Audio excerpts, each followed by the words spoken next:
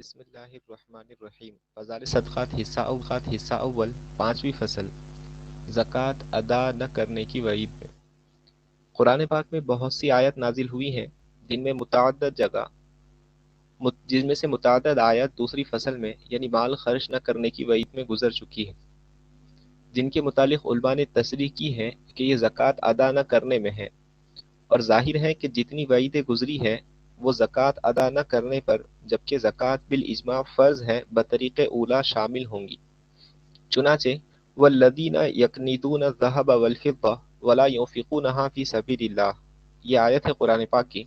جو دوسری فصل کی نمبر 5 صفحہ 162 پر ماں ترجمہ گزر چکی ہے۔ جمہور صحابہ کرام رضی اللہ عنہم اجمعین اور جمہور علماء کے نزدیک زکوٰۃ کے بارے میں نازل ہوئی ہے، اور جو سخت عذاب اس آیت شریفہ میں ذکر کیا گیا وہ زکوٰۃ ادا نہ کرنے والوں کے لیے ہے، جیسا کہ اس کے ذیل میں بھی گزر چکا، اور متعدد احادیث میں حضور اقدس صلی اللہ علیہ وسلم کے پاک ارشاد سے بھی اس کی تائید ہوتی ہے کہ جو عذاب اس آیت شریفہ میں ذکر کیا گیا کہ اس کے بال کو تپا کر اس شخص کی پیشانی کو اور پہلو وغیرہ کو داغ دیے جائیں گے، یہ زکوٰۃ ادا نہ کرنے کا عذاب ہے۔ اللہ ہی اپنے فضل سے محفوظ رکھے کہ پکتے ہوئے دھات کا ذرا سا داغ بھی سخت اذیت پہنچانے والا ہوتا ہے، چاہے جائے کہ جتنا زیادہ مال ہو اتنے ہی زیادہ داغ آدمی کو دیے جائیں گے۔ چند روز ان سونے چاندی کے ٹھیکروں کو اپنے پاس رکھ کر کتنی سخت مصیبت کا سامنا ہے۔ آیت نمبر 2، وَلَا يَحْسَبَنَّ الَّذِينَ يَبْخَلُونَ بِمَا آتَاهُمُ اللَّهُ مِن فَضْلِهِ، یہ آیت شریفہ بھی ماں ترجمے کے دوسری فصل کے نمبر 3 صفحہ 158 پر گزر چکی ہے، اور اس کی تائید میں بخاری شریف کی حدیث سے حضور اقدس صلی اللہ علیہ وسلم کا ارشاد بھی گزر چکا ہے کہ جس شخص کو اللہ جل شانہ نے مال عطا کیا ہو اور وہ اس کی زکوٰۃ ادا نہ کرتا ہو، وہ مال سانپ بن کر اس کے گلے میں ڈال دیا جائے گا، اور وہ کہے گا کہ میں تیرا مال ہوں، تیرا خزانہ ہوں۔ سانپ جس گھر میں بھی نکل آتا ہے، دہشت کی وجہ سے اندھیرے میں اس گھر میں بھی جانا مشکل ہو جاتا ہے کہ کہیں لپٹ نہ جائے، لیکن اللہ کا پاک رسول صلی اللہ علیہ وسلم فرماتا ہے کہ یہی مال جس کو آج محفوظ خزانوں اور لوہے کی الماریوں میں رکھا جاتا ہے، زکوٰۃ ادا نہ کرنے پر کل کو سانپ بن کر تمہیں لپٹا دیا جائے گا۔ گھر کے سانپ کا لپٹنا ضروری نہیں،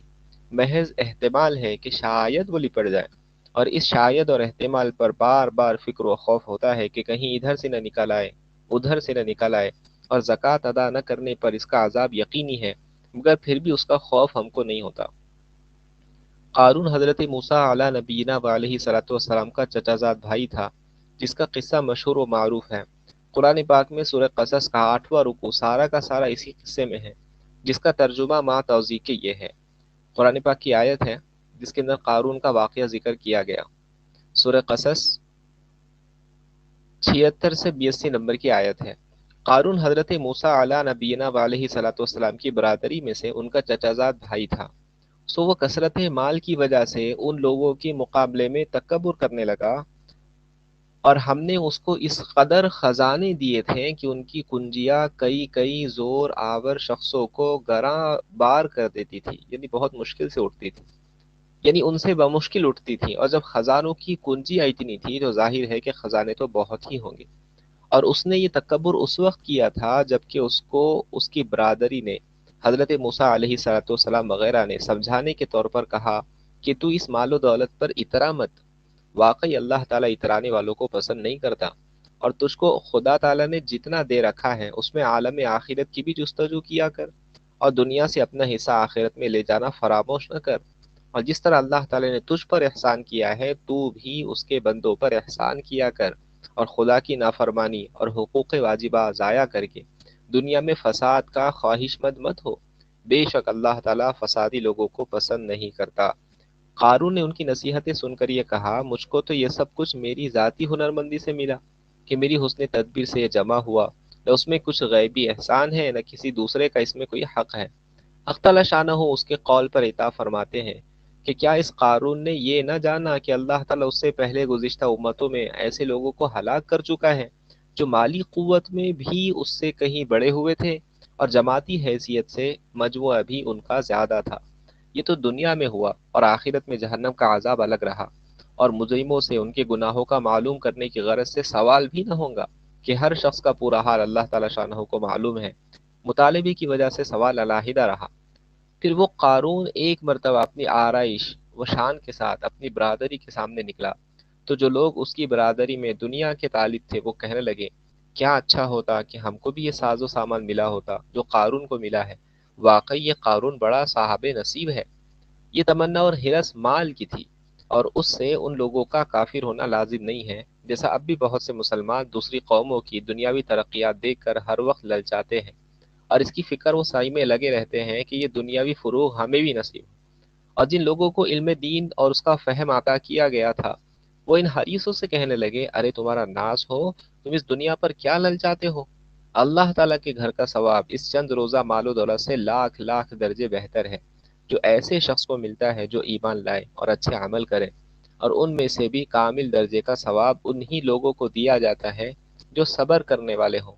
پھر جب ہم نے قارون کی سرکشی اور فساد کی وجہ سے اس کو اور اس کی محل سرائے کو زمین میں دھسا دیا، سو کوئی جماعت ایسی نہ ہوئی کہ اس کو اللہ کے عذاب سے بچا لیتی،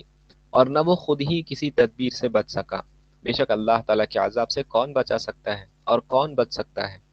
قارون پر یہ عذاب کی حالت دیکھ کر کل جو لوگ اس جیسا ہونے کی تمنا کر رہے تھے، وہ کہنے لگے، بس جی یوں معلوم ہوتا ہے کہ رزق کی فراخی اور تنگی کا مدار خوش نصیبی یا بد نصیبی پر نہیں ہے، بلکہ اللہ تعالیٰ اپنے بندوں میں سے جس کو چاہتا ہے روزی کی فراخی دیتا ہے، اور جس کو چاہتا ہے تنگی دیتا ہے۔ یہ ہماری غلطی تھی کہ اس کی فراخی کو خوش نصیبی سمجھ رہے تھے۔ واقعی اگر ہم پر اللہ تعالیٰ کی مہربانی نہ ہوتی تو ہم کو بھی دھسا دیتا، کہ گنہگار تو آخر ہم بھی ہیں ہی۔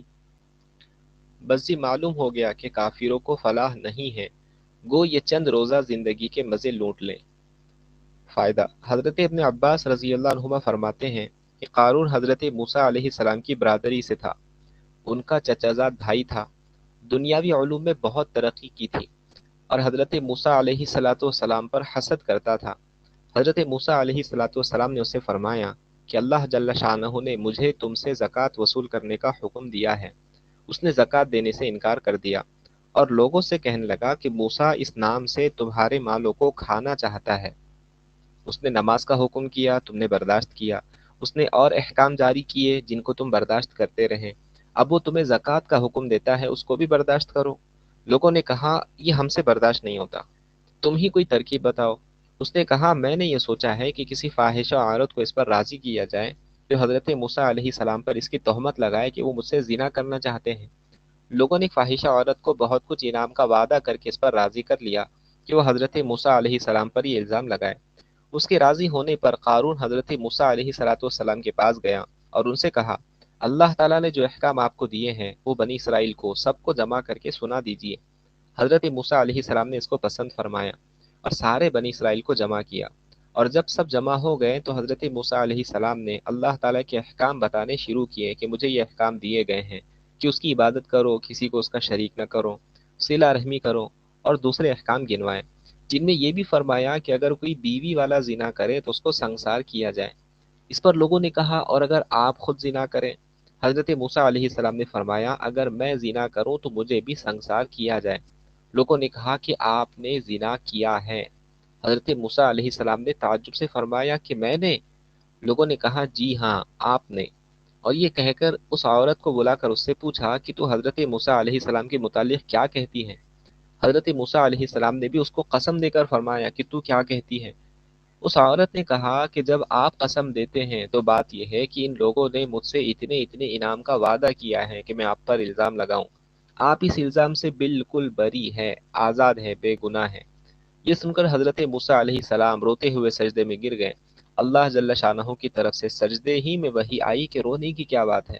تمہیں ان لوگوں کو سزا دینے کے لیے ہم نے زمین پر تسلط یعنی قابو دے دیا ہے، تم جو چاہو ان کے متعلق زمین کو حکم فرماؤ۔ حضرت موسیٰ علیہ السلام نے سجدے سے سر اٹھایا اور زمین کو حکم فرمایا کہ ان کو نگل جا۔ اس نے ایڑیوں تک نگلا تھا کہ وہ عاجزی سے حضرت موسیٰ علیہ السلام کو پکارنے لگے۔ حضرت موسیٰ علیہ السلام نے پھر حکم فرمایا کہ ان کو دھسا دیں، حتیٰ کہ وہ لوگ گردن تک دھس گئے۔ پھر بہت زور سے وہ حضرت موسیٰ علیہ السلام کو پکارتے رہے۔ حضرت موسیٰ علیہ السلام نے پھر زمین کو یہی فرمایا کہ ان کو لے لے، وہ سب کو نگل گئی۔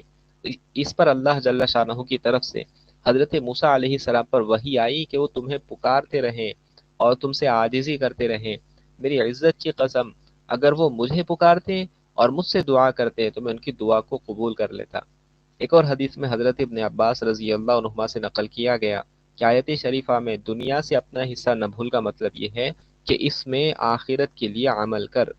حضرت مجاہد رحمۃ اللہ علیہ سے نقل کیا گیا، اللہ کی اطاعت کرنا دنیا کا وہ حصہ ہے جس میں آخرت کا ثواب ملتا ہے۔ حضرت حسن رحمۃ اللہ علیہ سے نقل کیا گیا کہ دنیا سے اپنا حصہ نہ بھول، یعنی جتنے کی دنیا میں ضرورت ہے اس کو باقی رکھ، اور جو زائد ہے اس کو آگے بھیج دے۔ ایک اور حدیث میں سے نقل کیا گیا کہ 1 سال کی روزی باقی رکھ لے اور جو اس سے زائد ہے وہ صدقہ کر دے۔ اس کا کچھ حصہ بخل کے بیان میں دوسری فصل کی آیت کے سلسلے میں نمبر 8 صفحہ 170 پر گزر چکا ہے۔ احادیث ذکر کی جا رہی ہے۔ حدیث نمبر 1، حضور اقدس صلی اللہ علیہ وسلم کا ارشاد ہے کہ کوئی شخص جو سونے کا مالک ہو یا چاندی کا اور اس کا حق یعنی سونے اور چاندی کی زکوٰۃ ادا نہ کریں تو قیامت کے دن اس سونے چاندی کے پترے بنائے جائیں گے اور ان کو جہنم کی آگ میں ایسا تپایا جائے گا گویا کہ وہ خود آگ کے پترے ہیں۔ پھر ان سے اس شخص کا پہلو اور پیشانی اور کمر داغ دی جائیں گی۔ لوہے کو گرم کر کے جسم پہ جو نشان لگائے جاتے ہیں اس کو داغ دینا کہتے ہیں، اور بار بار اسی طرح تپا تپا کر داغ دیے جاتے رہیں گے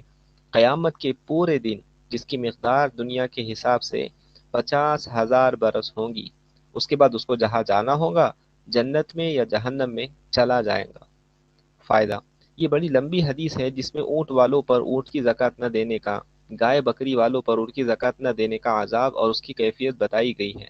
یہاں عام طور سے جانوروں کی اتنی مقداریں جن پر زکوٰۃ واجب ہو نہیں ہوتی، عرب میں انہی کی کثرت تھی۔ البتہ سونا چاندی اور اس کے متعلقات ایسی چیزیں ہیں جو یہاں عام طور سے ہوتی ہیں،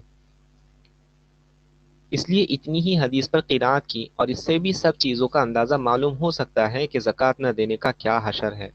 کہ یہ وبال اور عذاب جو اس حدیث میں ذکر کیا گیا کہ سونا چاندی جہنم کی آگ کے ٹکڑے بن کر داغ دیے جائیں گے،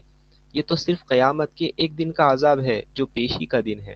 لیکن اس دن کی مقدار بھی 50,000 برس کی ہوں گی، اور اتنے دن زکوٰۃ نہ دینے کا عذاب بھگت کر یہ معلوم ہوگا کہ اپنے دوسرے اعمال اس قابل ہیں کہ ان کی وجہ سے معافی ہو کر جنت میں جانے کی اجازت ہو جائے، یا وہ اگر اس قابل نہیں اور معافی کی کوئی صورت نہیں، یہ زکوٰۃ نہ دینے ہی کا ابھی کچھ اور عذاب بھگتنا باقی ہے، تو جہنم میں پھینک دیا جائے گا۔ وہاں جو کچھ گزرے گی وہ تحریر اور تقریر میں آ ہی نہیں سکتی۔ اس حدیث میں قیامت کے دن کو اس حدیث میں قیامت کے دن کو اسی مقدار کا بتایا ہے، لیکن بعض احادیث میں آیا ہے کہ اللہ تعالیٰ کے فرما بردار بندوں پر یہ دن ایسا ہلکا گزر جائے گا جیسا کہ ایک فرض نماز پڑھنی ہو، اور بعض لوگوں پر ان کے اعمال کے لحاظ سے ایسا ہوگا جیسے ظہر سے عصر تک کا وقت، اور اتنی جلدی گزر جانے کا مطلب یہ ہے کہ وہ اس دن سیر و تفریح میں ہوں گے، اور سیر و تفریح کے شوقین سبھی سے واقف ہیں کہ لذت کے اوقات منٹوں میں ختم ہو جایا کرتے ہیں۔ ایک حدیث میں حضور صلی اللہ علیہ وسلم کا ارشاد ہے کہ یہ نہ ہوگا کہ روپیے پر روپیہ اور اشرفی پر اشرفی رکھ دی جائیں، بلکہ اس کے بدن کو اتنا وسیع کر دیا جائے گا جس پر یہ سب برابر برابر رکھے جا سکے، اور ان لوگوں سے کہا جائے گا کہ اپنے خزانوں کا مزہ چکھو۔ حضرت ثوبان رضی اللہ عنہ سے نقل کیا گیا کہ جتنا سونا چاندی اس کے پاس ہوگا، اس کے ہر قیرات کا جو تقریباً 3 رتی کا ہوتا ہے، پھیلا کر آگ کا ایک ٹکڑا بنایا جائے گا، پھر اس سے اس کے سارے بدن کو منہ سے پاؤں تک داغ دیا جائے گا، اس کے بعد چاہے اس کی بخشش ہو جائے یا جہنم میں ڈال دیا جائے۔ آگ میں تپا کر داغ دیے جانے کا جو عذاب اس حدیث شریف میں گزرا ہے، یہ قرآن پاک میں بھی آیا ہے، جیسا کہ دوسری فصل کی آیت میں نمبر 5 صفحہ 162 پر گزرا۔ بعض احادیث میں اس کے مال کا سانپ بن کر طوق پہنانا بھی آیا ہے، جیسا کہ آئندہ آ رہا ہے۔ حدیث نمبر 2، حضور اقدس صلی اللہ علیہ وسلم کا ارشاد ہے کہ جس شخص کو اللہ جل شانہ نے مال دیا ہو اور وہ اس کی زکوٰۃ ادا نہ کرتا ہو تو وہ مال قیامت کے دن ایک ایسا سانپ بنا دیا جائے گا جو گنجا ہو، اور اس کی آنکھوں پر 2 سیاہ نقطے ہو، پھر وہ سانپ اس کی گردن میں توق کی طرح ڈال دیا جائے گا کہ اس کے دونوں جبڑوں کو پکڑ لے گا اور کہے گا میں تیرا مال ہوں، تیرا خزانہ ہوں۔ اس کے بعد حضور اقدس صلی اللہ علیہ وسلم نے اس کی تائید میں قرآن پاک کی آیت وَلَا يَحْسَبَنَّ الَّذِينَ يَبْخَلُونَ پڑھی۔ فائدہ، یہ آیت شریفہ ماؤس کے ترجمے کے دوسری فصل کے نمبر 3 صفحہ 158 پر گزر چکی ہے۔ اس سانپ کی ایک صفت تو یہ بیان کی کہ وہ شجاع ہو، جس سے بعض علماء نے نر سانپ مراد لیا ہے،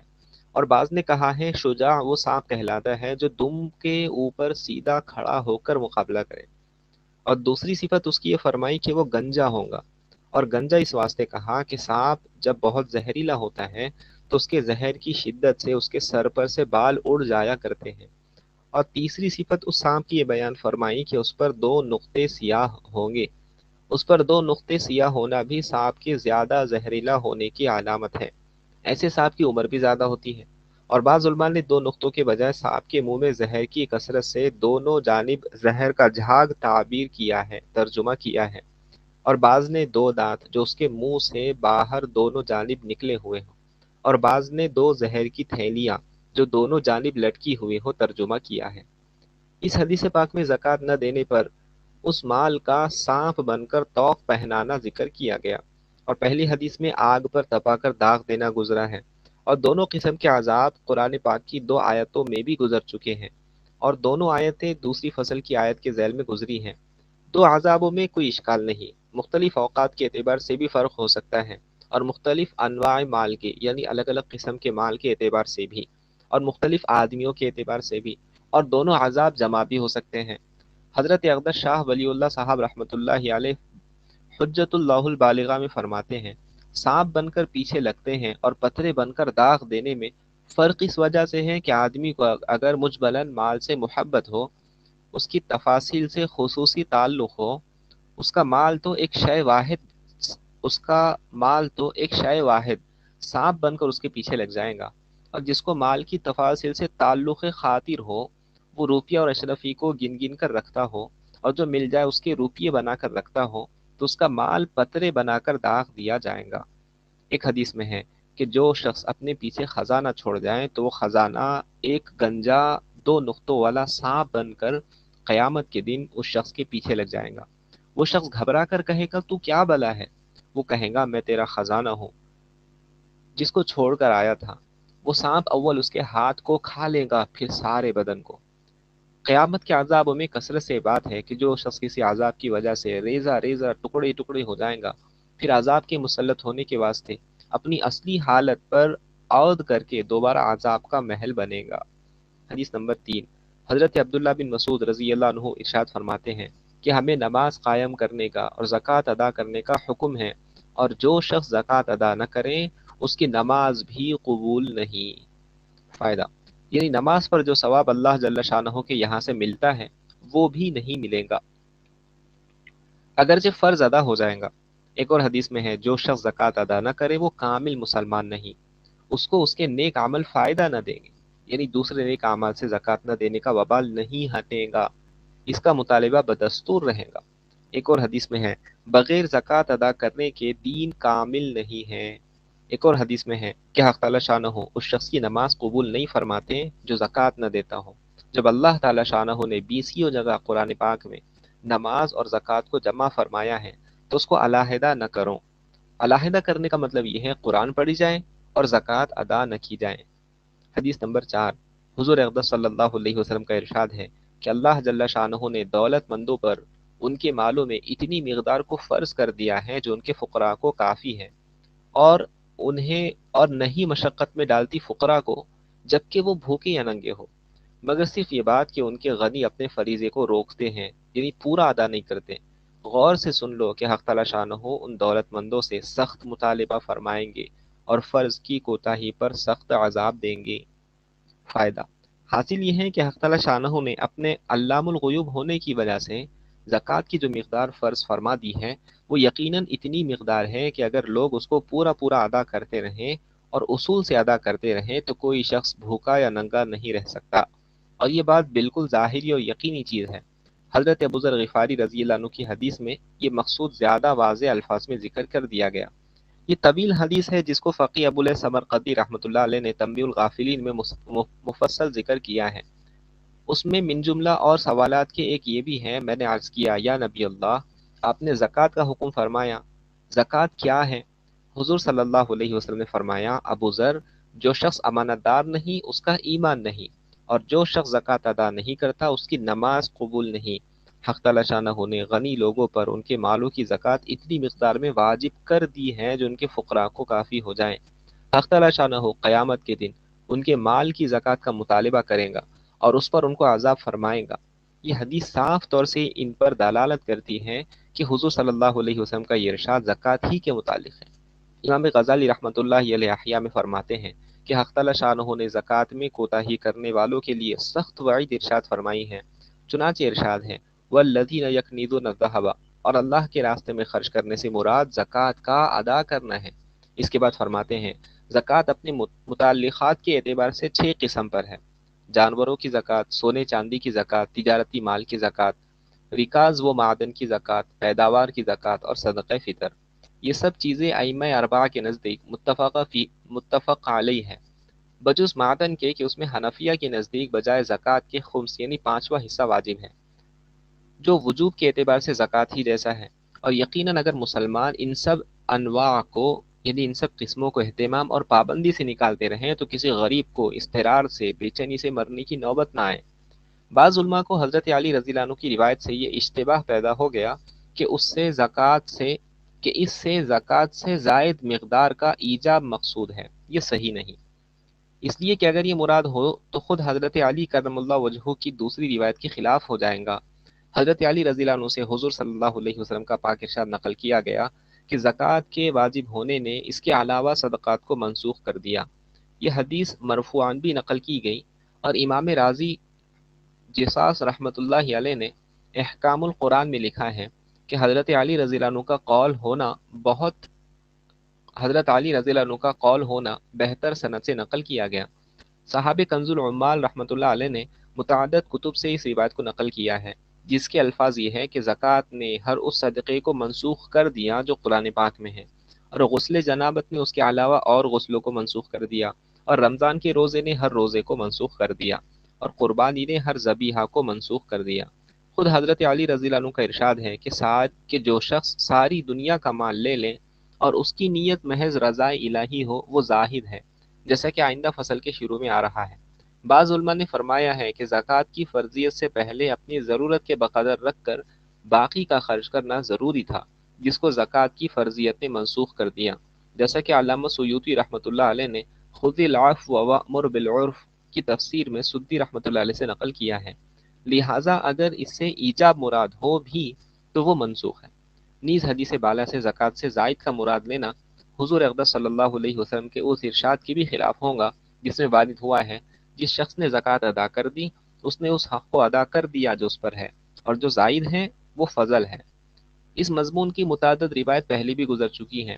اور اس سے واضح وہ روایت ہے جو حضرت ابو ہریرہ رضی اللہ عنہ کے واسطے سے نقل کی گئی، اور وہ حضرت علی رضی اللہ عنہ کی حدیث کے ہم معنی ہے، جس میں ارشاد ہے کہ اگر حق تعالی شانہ یہ جانتے کہ اغنیا کی زکوٰۃ فقراء کے لیے کافی نہ ہوگی تو زکوٰۃ کے علاوہ اور چیز ان پر فرض کرتے ہیں۔ بس اگر اب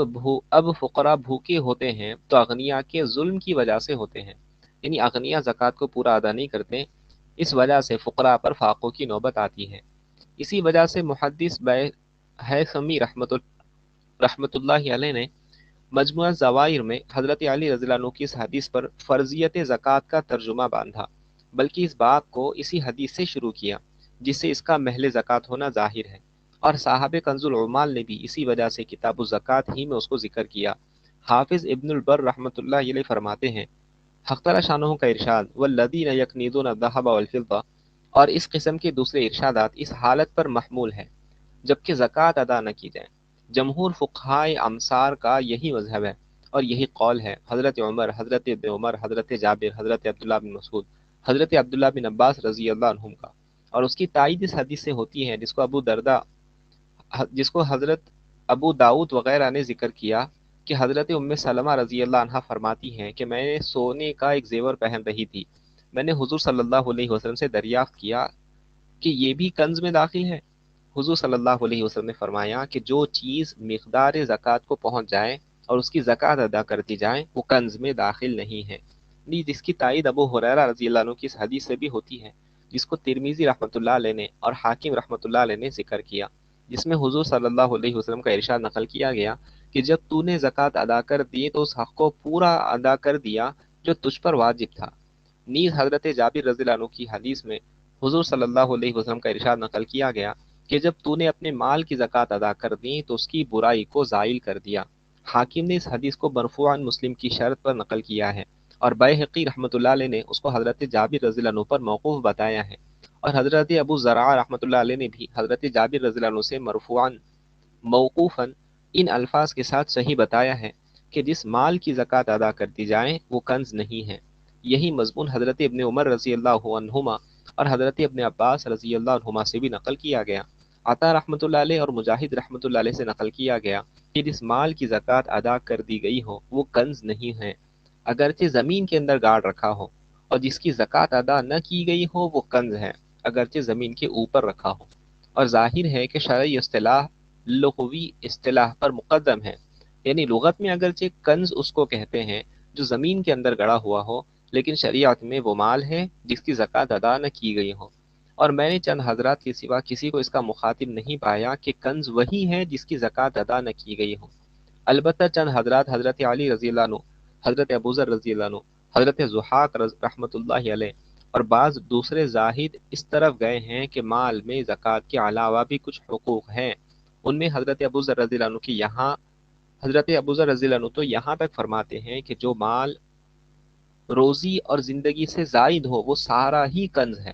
اور حضرت علی رضی اللہ عنہ سے نقل کیا گیا کہ 4000 کی مقدار سے زائد کنز ہے، اور ضحاک رحمۃ اللہ علیہ کہتے ہیں 10,000 درہم کی مقدار مال کثیر ہے۔ نیز ابراہیم نقعی، مجاہد، شعبی اور حضرت حسن بصری رحمۃ اللہ علیہ بھی اس کے قائل ہیں کہ مال میں زکوٰۃ کے علاوہ کچھ حقوق ہیں۔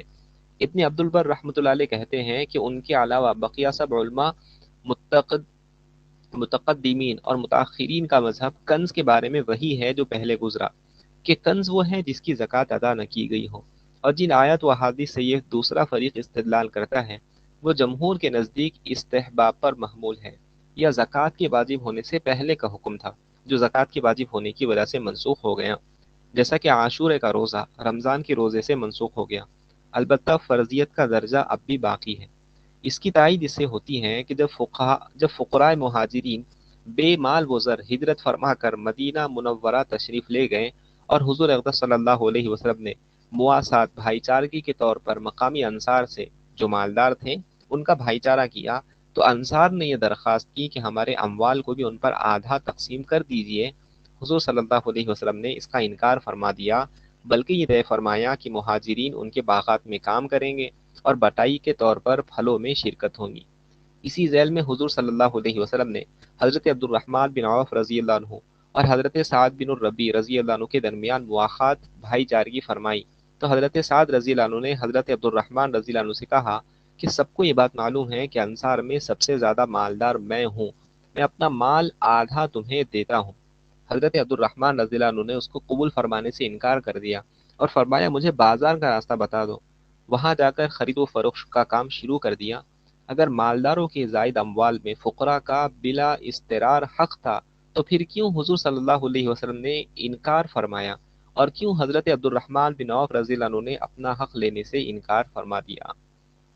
اصحاب صفہ کی واقعات اتنی کثرت سے کتب حدیث و سیر میں موجود ہیں کہ ان کا احاطہ بھی مشکل ہے۔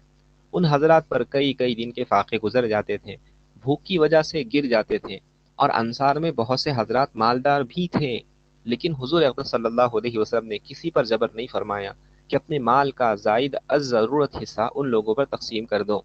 ترغیبات البتہ کثرت سے فرماتے تھے۔ حضرت ابو ہریرہ رضی اللہ عنہ فرماتے ہیں کہ اصحاب صفہ 70 آدمی تھے جن میں سے کسی ایک کے پاس چادر نہ تھی۔ حضرت ابو ہریرہ رضی اللہ عنہ نے خود اپنے واقعات اس حال کے کثرت سے بیان کیے ہیں جو کتب احادیث میں موجود ہیں۔ ایک مرتبہ کا واقعہ ارشاد فرماتے ہیں، اس ذات کی قسم جس کے سوا کوئی معبود نہیں کہ میں اپنے جگر کے بل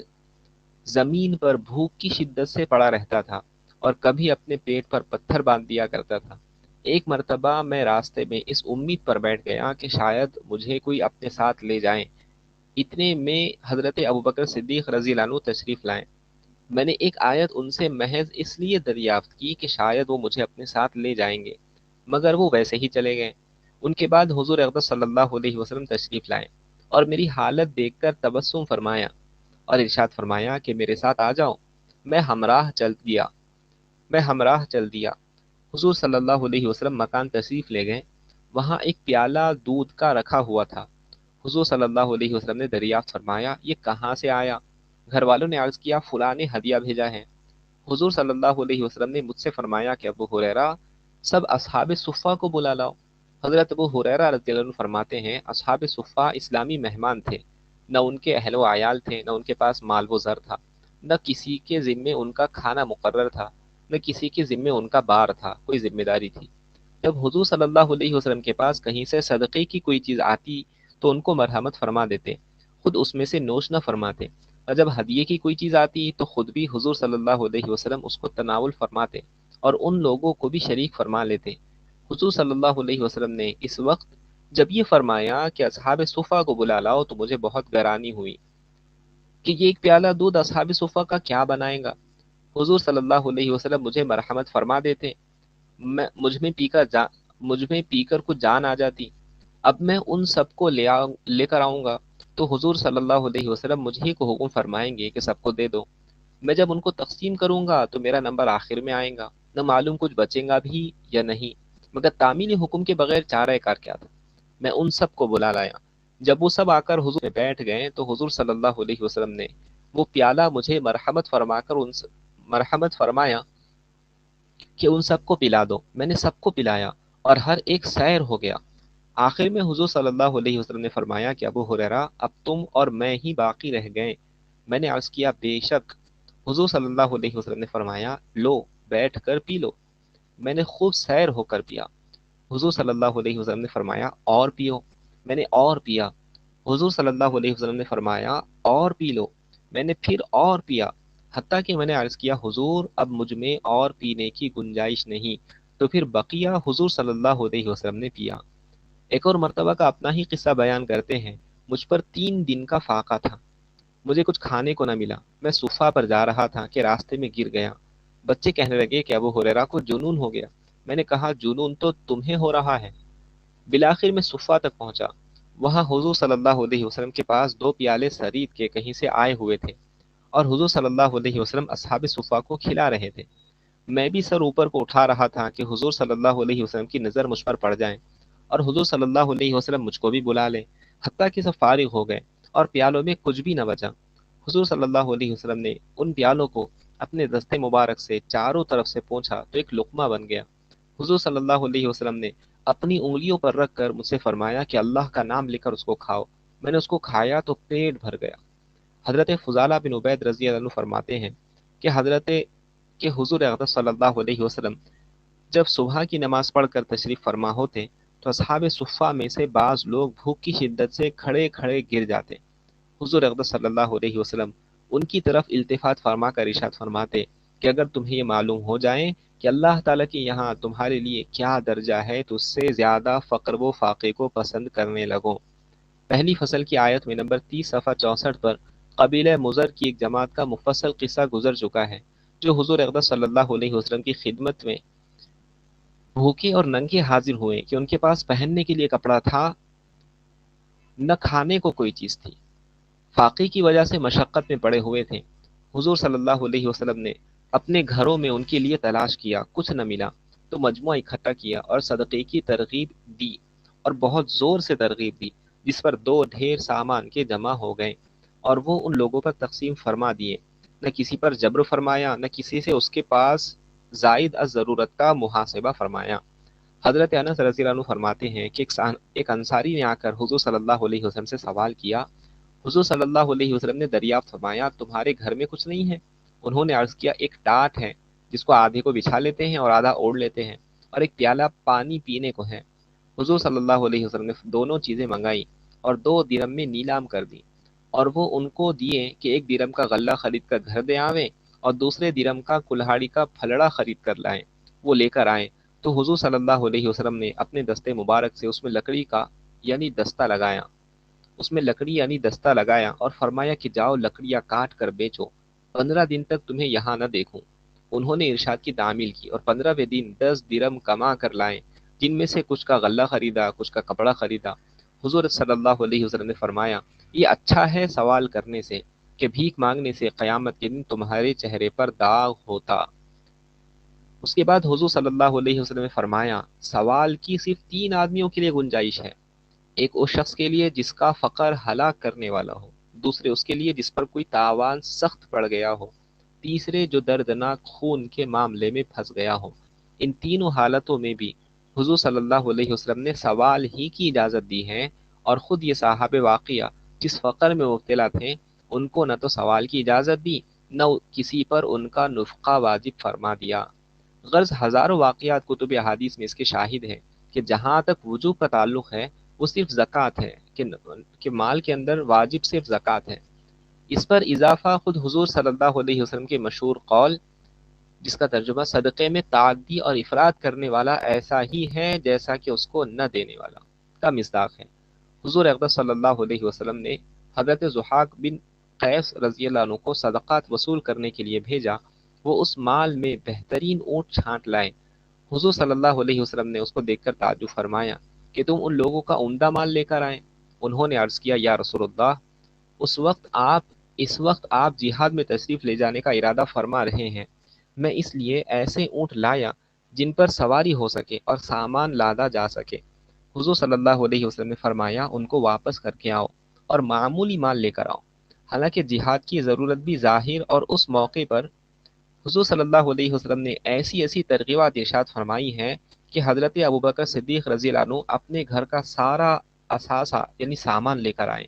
اور حضرت عمر رضی اللہ عنہ نے ہر چیز کا آدھا حصہ پیش کر دیا۔ حضرت عبد الرحمن بن عوف رضی اللہ عنہ نے ایک مرتبہ عرض کیا یا رسول اللہ میرے پاس 4000 ہیں، 2000 گھر کے اخراجات کے واسطے رکھتا ہوں، 2000 اللہ کے واسطے پیش کرتا ہوں۔ اور ایک صحابی رضی اللہ عنہ نے عرض کیا یا رسول اللہ میں نے رات بھر مزدوری کر کے 7 سیر کھجوریں مزدوری میں کمائی ہیں، آدھی گھر کے خرچ کے واسطے چھوڑ دی، آدھی حاضر ہے۔ حضرت ابو مسعود رضی اللہ عنہ فرماتے ہیں کہ حضور صلی اللہ علیہ وسلم صدقے کا حکم فرماتے اور ہم میں سے بعض کے پاس کچھ بھی نہ ہوتا تو وہ صرف اس لیے بازار جاتا کہ مزدوری کرتے، اور مزدوری میں 1 مد یعنی 1 پاؤ کھجور کماتا اور صدقہ کر دیتا۔ پہلی فصل کی آیت میں نمبر 24 صفحہ 140 پر یہ مضمون تفصیل سے گزر چکا ہے، لیکن اس سب کے باوجود ضابطے کے طور پر یہاں معمولی اونٹ کی جگہ عمدہ اونٹ بھی قبول نہیں فرمایا۔ اس لیے جہاں تک وجوب کا تعلق ہے وہ مالی حیثیت سے صرف زکوٰۃ ہے، اور جہاں تک خرچ کرنے کا تعلق ہے مسلمان اس لیے پیدا ہی نہیں ہوا کہ وہ مال جمع کر کے رکھے۔ قرآن پاک کی آیت اور حضور اقدس صلی اللہ علیہ وسلم کے ارشادات جو پہلی فصل میں گزر چکے ہیں وہ بڑے زور سے اس کی ترغیب و تاکید کر رہے ہیں کہ مال صرف اس لیے ہے کہ اس کو اللہ کے رضا کے کام میں خرچ کر دیا جائے، خود اپنی طاقت کے موافق تنگی اٹھا لی جائے، دوسروں پر خرچ کیا جائے۔ اپنے کام صرف وہی آئیں گا جو اللہ کے خزانے میں جمع کر دیا جائیں گا، اور اس کے بینک میں جمع کر دینے پر نہ اس کے ضائع ہونے کا اندیشہ ہے نہ بینک کے فیل ہو جانے کا احتمال ہے، اور ایسی ضرورت کے وقت کام آئیں گا جس وقت کے آدمی انتہائی محتاج ہوں گا۔ خود حق سبحانہ و تقدس کا ارشاد حضور صلی اللہ علیہ وسلم نقل فرماتے ہیں کہ اے آدمی تو اپنا خزانہ اپنے پاس بہا دے، تو اپنا خزانہ میرے پاس بہا دے، نہ تو اس کو آگ لگ جانے کا خوف رہے گا، نہ چوری کا، نہ دریا برد ہونے کا، اور میں ایسے وقت تجھ کو پورا کا پورا دے دوں گا جب تو بے حد محتاج ہوگا۔ حق تعالی شانہ کا پاک ارشاد پہلی فصل کے نمبر 30 صفحہ 64 پر گزر چکا ہے کہ ہر شخص یہ غور کر لے کہ اس نے کل قیامت کے دن کے لیے کیا چیز آگے بھیجی ہے۔ ان لوگوں کی طرح نہ بنو جنہوں نے اللہ تعالیٰ کو بھلا دیا، اللہ تعالیٰ نے ان کو خود ان کی جانیں بھلا دی۔ دوسری آیت میں نمبر 31 صفحہ 66 پر گزرا کہ تمہارے مال و متاع، آل اولاد تمہارے لیے امتحان کی چیز ہے، اللہ کے راستے میں خرچ کرتے رہو، یہ تمہارے لیے بہتر ہوگا۔ حضور صلی اللہ علیہ وسلم کا پاک ارشاد اسی فصل کی احادیث میں نمبر 1 صفحہ 76 پر گزر چکا کہ اگر میرے پاس احد کے پہاڑ کے برابر سونا ہو تو میرا دل نہیں چاہتا کہ اس میں سے کچھ بھی اپنے پاس رکھوں بجز اس کے کہ قرض کی ادائیگی کے واسطے رکھا ہو۔ نمبر 3 صفحہ 79 پر حضور صلی اللہ علیہ وسلم کا ارشاد گزرا کہ جو چیز ضرورت سے زائد ہو اس کو اللہ کے راستے میں خرچ کر دینا تمہارے لیے بہتر ہے، بچا کر رکھنا برا ہے۔ نمبر 12 صفحہ 100 پر حضور صلی اللہ علیہ وسلم کا پاک ارشاد گزرا کہ گن گن کر خرچ نہ کر، جتنا بھی ہو سکے خرچ کر ڈال۔ نمبر 20 صفحہ 123 پر یہ واقعہ گزر چکا کہ ایک بکری ذبح کی گئی اور بجز ایک شانے کے ٹکڑے کے ساری تقسیم کر دی گئی۔ حضور صلی اللہ علیہ وسلم نے دریافت فرمایا کہ کتنی تقسیم ہو گئی؟ تو عرض کیا گیا ایک شانہ باقی رہ گیا اور باقی سب خرچ ہو چکی۔ حضور صلی اللہ علیہ وسلم نے فرمایا وہ ساری باقی ہے اس شانے کے علاوہ۔ اس قسم کے بہت سی ارشادات فصل اول میں گزر چکے ہیں، اس لیے اس سے قطع نظر کہ واجب کیا ہے، مندوب و مستحب کیا ہے، اپنے کام آنے والا صرف وہی مال ہے جو اپنی زندگی میں آدمی آگے بھیج دے۔ اگر اس محنت و مشقت سے کمائی ہوئی چیز کو اپنی ضرورت کے وقت کام آنے کے لیے کہیں محفوظ کرنا ہے، وہ تو صرف اللہ کے راستے میں خرچ کرنا ہے، جس کا نفع آخرت میں تو ہے ہی، دنیا میں بھی زیادہ سے زیادہ ہے کہ بلاؤ کے دور ہونے میں، امراض سے صحت ہونے میں صدقے کو زیادہ سے زیادہ دخل ہے۔ برے خاتمے سے اس کی وجہ سے حفاظت ہوتی ہے۔ حضور صلی اللہ علیہ وسلم کا مشہور ارشاد ہے کہ قابل رشک دو آدمی ہیں، ایک وہ جس کو اللہ جل شانہ نے قرآن پاک عطا فرمایا ہو کہ وہ دن رات اس کی تلاوت میں، اس پر عمل کرنے میں منہمک رہے، دوسرا وہ شخص جس کو اللہ جل شانہ نے بہت مال عطا کیا ہو اور وہ ہر وقت اس کو اللہ کے راستے میں لٹانے پر تلا ہوا ہو۔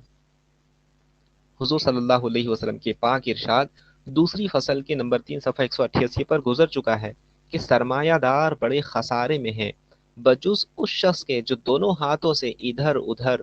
دائیں بائیں آگے پیچھے اللہ کے راستے میں خرچ کرتا رہے۔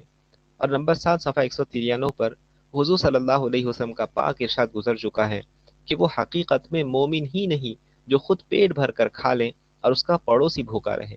غرض اس رسالے میں پہلی فصلوں میں تفصیل سے مضمون گزر چکا ہے، جس کا خلاصہ یہ ہے کہ مسلمان کی ہرگز یہ شان نہیں ہے کہ مال کو جمع کر کے رکھیں۔ اس کی صحیح مثال بالکل پاخانے کی سی ہے کہ ضروری تو اتنا کہ ایک دو دن نہ ہو تو حکیم اور ڈاکٹر دوائی وغیرہ سب ہی کچھ آدمی کرنے پر مجبور ہے، لیکن اگر مناسب مقدار سے زائد آنے لگے تو اس کو بند کرنے کے واسطے بھی حکیم اور ڈاکٹر کی ضرورت ہے۔ اور اگر کوئی شخص پاخانے کو اس وجہ سے کہ وہ اتنی اہم اور ضروری چیز ہے اپنے گھر میں محفوظ رکھیں کہ بڑی مشقت سے حاصل ہوئی ہے، تو پھر مکان بھی سڑ جائیں گا، دماغ بھی سڑ جائیں گا، امراض بھی بکثرت پیدا ہو جائیں گے۔ بیائی نہیں، یہی صورت اس مال کی ہے۔ ضروری تو اتنا کہ اگر چند روز کچھ نہ ملے تو سارے جتن اس کے لیے بھی کرنے پڑے، لیکن اس کے باوجود اتنا ہی گندا ہے کہ اگر اس کو فوراً مجبوری سے زیادہ مقدار کو پاخانے کی طرح سے گھر سے نہ نکالا جائے تو تکبر اس سے پیدا ہوتا ہے، غرور اس سے پیدا ہوتا ہے، تفاخر اس سے پیدا ہوتا ہے، دوسروں کو ذلیل و حقیر سمجھنا اس سے ہوتا ہے، آوارگی، غرض ہر قسم کے آفات اس پر مسلط ہے۔ اسی لیے حضور اقدس صلی اللہ علیہ وسلم کی دعا اپنی اولاد رزق آل محمد قوتا، یا اللہ محمد صلی اللہ علیہ وسلم کی اولاد کا رزق بقدر کفایت عطا فرما، یعنی زیادہ ہو ہی نہیں جس پر فسادات مرتب ہو۔ یہی وجہ ہے کہ عام طور سے زیادہ متومل وہ ہو کہ سید عام طور سے زیادہ متومل نہیں ہوتے، یعنی زیادہ مالدار نہیں ہوتے۔ ایک دو کا متومل ہونا اس کے منافی نہیں، اکثریت ایسی ہی ملے گی۔ حق تعالی شانہ اپنے لطف و کرم سے اس کی ناپاک حقیقت کو، یعنی مال کی ناپاک حقیقت کو اس ناپاک پر بھی واضح کر دے تو کیسے لطف کی زندگی میسر ہو۔ حدیث نمبر 5، حضور اقدس صلی اللہ علیہ وسلم کا پاک ارشاد ہے کہ جو قوم بھی زکوٰۃ کو روک لیتی ہے حق تعالی شانہ اس کو قحط میں مبتلا فرماتے ہیں۔ جو قوم بھی زکوٰۃ کو روک لیتی ہے حق تعالی شانہ اس کو قحط میں مبتلا فرماتے ہیں۔ فائدہ، قحط کی وبا ہم لوگوں پر ایسی مسلط ہو رہی ہے کہ اس کی حد نہیں۔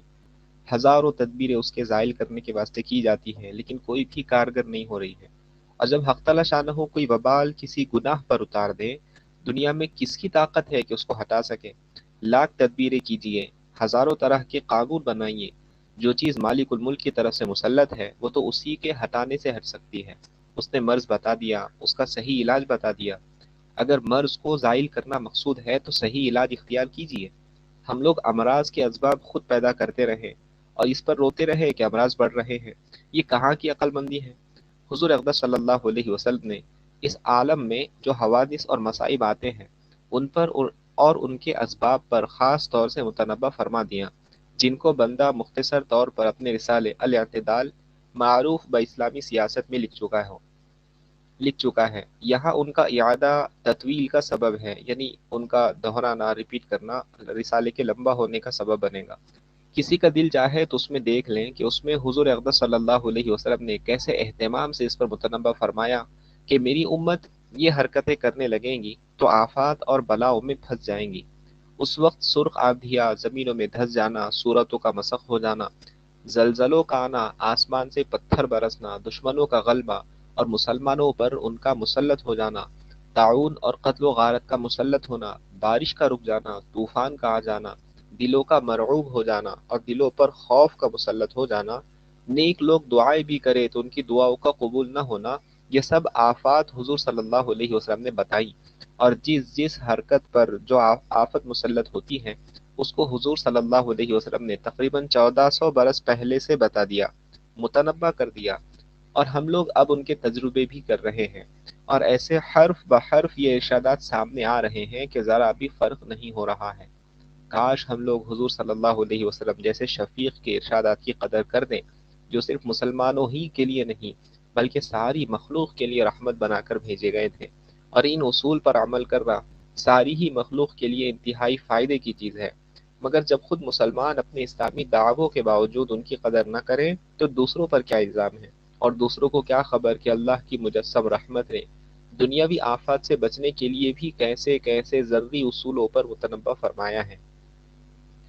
اب بھی اگر ان اصولوں کو اہتمام سے پکڑ لیا جائے تو دنیا کو مصائب سے نجات مل جائے۔ مسلم حکیم ڈاکٹروں کا علاج غیر مسلم بھی کرتے ہیں، اور غیر مسلموں کا علاج مسلم بھی کرتے ہیں۔ اگر اس حاذق حکیم کے نسخے پر عمل کر لیں تو کیسی راحت آرام سب کو مل جائیں۔ ایسے ماہر حکیم کی نسخے پر عمل کر لے تو سب کو آرام مل جائے۔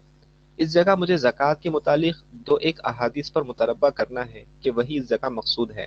حضرت ابن عمر رضی اللہ عنہما فرماتے ہیں، حضور صلی اللہ علیہ وسلم نے ایک مرتبہ ارشاد فرمایا کہ اے مہاجرین کی جماعت، 5 چیزیں ایسی ہیں کہ اگر تم ان میں مبتلا ہو جاؤ، اور میں اللہ سے پناہ مانگتا ہوں اس بات سے کہ تم ان میں مبتلا ہو، تو بڑی آفت میں پھنس جاؤ۔ ایک تو یہ ہے کہ فحش بدکاری جس قوم میں بھی کھلم کھلا علی الاعلان ہونے لگے تو ان میں ایسی نئی نئی بیماریاں پیدا ہوں گی جو پہلے کبھی سننے میں نہ آئی ہو، اور جو لوگ ناپ تول میں کمی کرنے لگے ان پر قحط اور مشقت اور بادشاہ کا ظلم مسلط ہو جائے گا، اور جو قوم زکوٰۃ کو روک لیں گی ان پر بارش روک دی جائے گی، اگر جانور نہ ہو تو ایک قطرہ بھی بارش کا نہ ہو۔ جانور چونکہ اللہ کی مخلوق ہے اور بے قصور ہے، ان کی وجہ سے تھوڑی بہت بارش ہوگی، اور جو لوگ معاہدوں کی خلاف ورزی کریں گے ان پر دوسری قوموں کا تسلط ہو جائے گا اور ان کے مال و متاع کو لوٹ لیں گے، اور جو لوگ اللہ کے قانون کے خلاف حکم جاری کریں گے ان میں خانہ جنگی ہو جائیں گی۔ آج ہم لوگوں کو بڑے غور سے ان عیوب کو دیکھنا چاہیے کہ ان میں سے کون سا عیب ایسا ہے جس میں ہم مبتلا نہیں ہیں، اور ساتھ ہی یہ بھی غور کر لیں کہ جو آفت ان پر بتائی گئی ہے کون سی آفت ایسی ہے جو ہم پر مسلط نہیں ہے۔ حضرت ابن عباس رضی اللہ عنہما فرماتے ہیں کہ حضور اقدس صلی اللہ علیہ وسلم نے ارشاد فرمایا کہ 5 چیزیں 5 چیزوں کے بدلے میں ہیں۔ کسی نے عرض کیا یا رسول اللہ اس کا کیا مطلب ہے؟ حضور صلی اللہ علیہ وسلم نے فرمایا جو قوم معاہدے کی خلاف ورزی کرتی ہے اس پر دشمن غالب آ جاتا ہے، اور جو لوگ اللہ کے قانون کے خلاف حکم کریں گے ان میں اموات کی کثرت ہوں گی، اور جو لوگ زکوٰۃ کو روک لیں گے ان پر بارش بند کر دی جائے گی، اور جو لوگ ناپ تول میں کمی کریں گے ان کی پیداوار میں کمی ہو جائیں گی، اور قحط مسلط ہو جائے گا۔ اس حدیث شریف میں غالباً اختصار ہوا کہ تفصیل میں 4 ہی ذکر کی گئی۔ اس حدیث پاک میں اللہ کے حکم کی خلاف ورزی پر اموات کی کثرت اور پہلی میں خانہ جنگی ارشاد ہوا ہے۔ دونوں چیزیں علیحدہ علیحدہ بھی ہو سکتی ہیں، اور خانہ جنگی سے اموات کی کثرت کا نمونہ آج کل تو آنکھوں کے سامنے ہے۔ حضرت علی رضی اللہ عنہ اور حضرت ابو ہریرہ رضی اللہ عنہ دونوں حضرات سے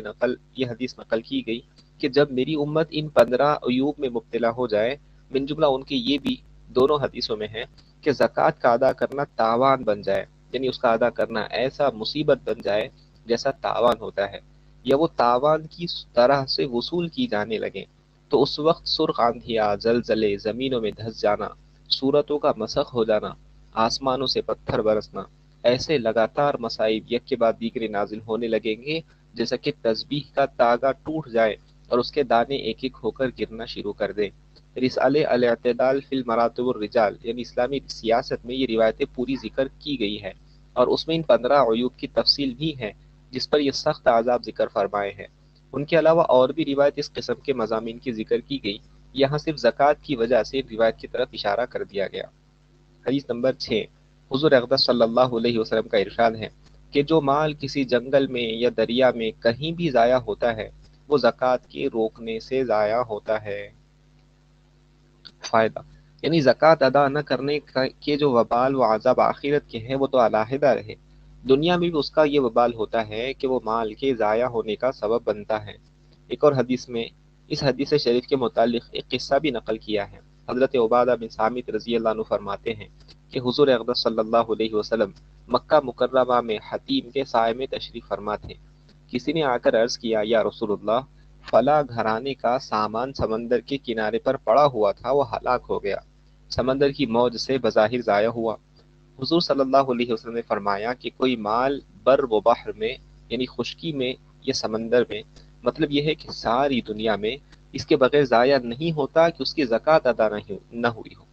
اپنے مالوں کی زکوٰۃ ادا کرنے کے ذریعے سے حفاظت کیا کرو، اور اپنے بیماروں کا صدقے کے ذریعے سے علاج کیا کرو، اور ناگہانی مصیبتوں کو دعا کے ذریعے سے ہٹایا کرو، کہ دعا اس مصیبت کو زائل کر دیتی ہے جو آ پڑی ہو، اور اس کو روک دیتی ہے جو ابھی تک نہ آئی ہو۔ اور حضور صلی اللہ علیہ وسلم یہ بھی فرمایا کرتے تھے کہ اللہ جل شانہ جس قوم کی بڑھوتری اور بقا کا ارادہ فرماتے ہیں اس میں عفت، پاک بازی اور سماحت یعنی نرمی اور جود عطا فرماتے ہیں، اور جس قوم کے خاتمے اور فنا کا ارادہ فرماتے ہیں اس میں خیانت پیدا فرما دیتے ہیں۔ اس کے بعد حضور صلی اللہ علیہ وسلم نے یہ آیت شریفہ تلاوت فرمائی، حتی اذا فرحوا بما اوتوا اخذناهم بغتة فاذا هم مبلسون۔ اور یہ آیت شریفہ سورہ انعام کے 5ویں رکوع کی ہے، جس کا شروع فلما نسوا ما ذکروا بہ ہے، اور اوپر کی دو آیتوں سے عبرت اور نصیحت حاصل کرنے کے لیے پہلی امتوں کی ہلاکت کا ایک دستور ارشاد فرمایا ہے کہ ہم نے پہلی امتوں کی طرف بھی جو کہ آپ سے پہلے تھیں پیغمبر بھیجے تھے، جب انہوں نے پیغمبروں کا کہا نہ مانا تو پھر ہم نے ان کو مصیبتوں اور بیماریوں سے پکڑا، یعنی مصائب اور بیماریوں میں مبتلا کیا تاکہ وہ عاجزی کریں۔ بس جب ان کو ہماری طرف سے مصائب کی سزا پہنچی تھی تو انہوں نے عاجزی کیوں نہ کی کہ ان پر رحم کیا جاتا اور ان کا قصور معاف کر دیا جاتا، لیکن ان کے دل تو سخت ہو گئے تھے، وہ نصیحت کیا قبول کرتے، اور شیطان ان کے اعمال کو جن کو وہ پہلے کر رہے تھے ان کی نگاہ میں آراستہ کر کے دکھلاتا رہا، جس کی وجہ سے وہ اپنے برے اعمال میں جن کو وہ اچھا سمجھتے رہے پھنسے رہے۔ پھر جب وہ لوگ ان چیزوں کو بھولے رہے اور ان کی طرف التفات بھی نہ کیا جن کی ان کو پیغمبروں کی طرف سے نصیحت کی جاتی تھی، تو ہم نے ان پر عیش و عشرت، راحت و آرام کے ہر قسم کے دروازے کھول دیے، یہاں تک کہ جب ان چیزوں پر جو ان کو عیش و عشرت سے ملی تھی اترانے لگے جس سے ان کی گمراہی اور بڑھ گئی، تو ہم نے ان کو عذاب میں ایسا دفتن پکڑ لیا کہ ان کو اس کا گمان بھی نہ تھا، پھر ظالم لوگوں کی جڑیں تک کٹ گئی۔ یہ آیت شریفہ بڑی عبرت کی آیات ہے کہ اللہ تعالیٰ کی نافرمانیوں کے باوجود اگر کسی قسم کی سختی کے بجائے عیش و عشرت اور راحت کے سامان ہوتے رہے تو یہ زیادہ خطرے کی چیز ہے۔ ایک حدیث میں آیا ہے، حضور اقدس صلی اللہ علیہ وسلم کا پاک ارشاد ہے کہ جب تو یہ دیکھے کہ کوئی شخص اپنے گناہوں پر مصر ہے، اڑا ہوا ہے، بار بار کر رہا ہے، اور اس پر دنیا کی وسعت ہو رہی ہے، تو یہ اللہ کی طرف سے ڈھیل ہے۔ پھر حضور صلی اللہ علیہ وسلم نے یہی آیت فلما نسوا ما ذکروا کی تلاوت فرمائی۔ حضرت ابو حازم رضی اللہ عنہ سے نقل کیا گیا کہ جب تو یہ دیکھے کہ تو اللہ کی نافرمانی کر رہا ہے اور اس کی نعمتیں تجھ پر لگاتار ہو رہی ہیں تو اس سے ڈرتا رہ، اور ہر وہ نعمت جو اللہ تعالی شانہ سے قرب پیدا نہ کرے وہ مصیبت ہے۔ چھٹی فصل کی احادیث میں نمبر 17 صفحہ 509 پر یہ مضمون تفصیل سے آ رہا ہے۔ اور چونکہ مال بھی اللہ تعالیٰ کی نعمتوں میں سے بڑی نعمت ہے، اس کو زیادہ سے زیادہ حق تعالیٰ شانہ کی پاک بارگاہ میں تقرب پیدا کرنے کا ذریعہ بنانا چاہیے،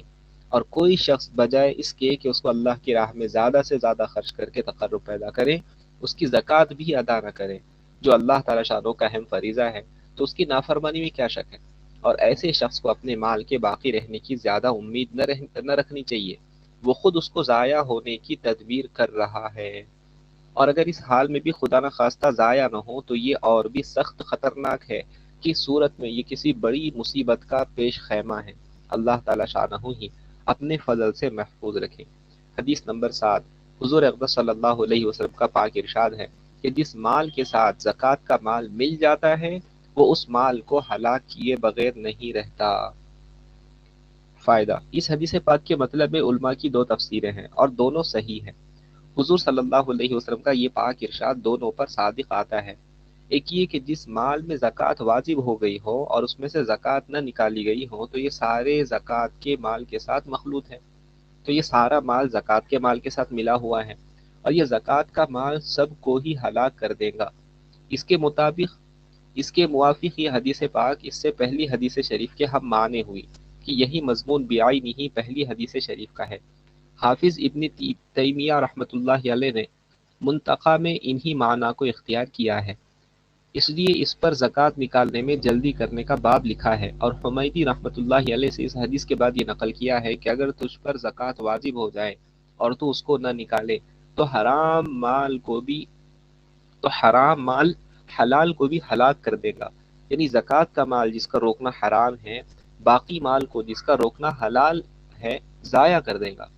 دوسری تفسیر جو حضرت امام احمد بن حنبل رحمۃ اللہ علیہ سے نقل کی گئی یہ ہے کہ جو شخص خود صاحب نصاب ہو، یعنی 52.5 تولہ چاندی یا اس کی قیمت کی کوئی چیز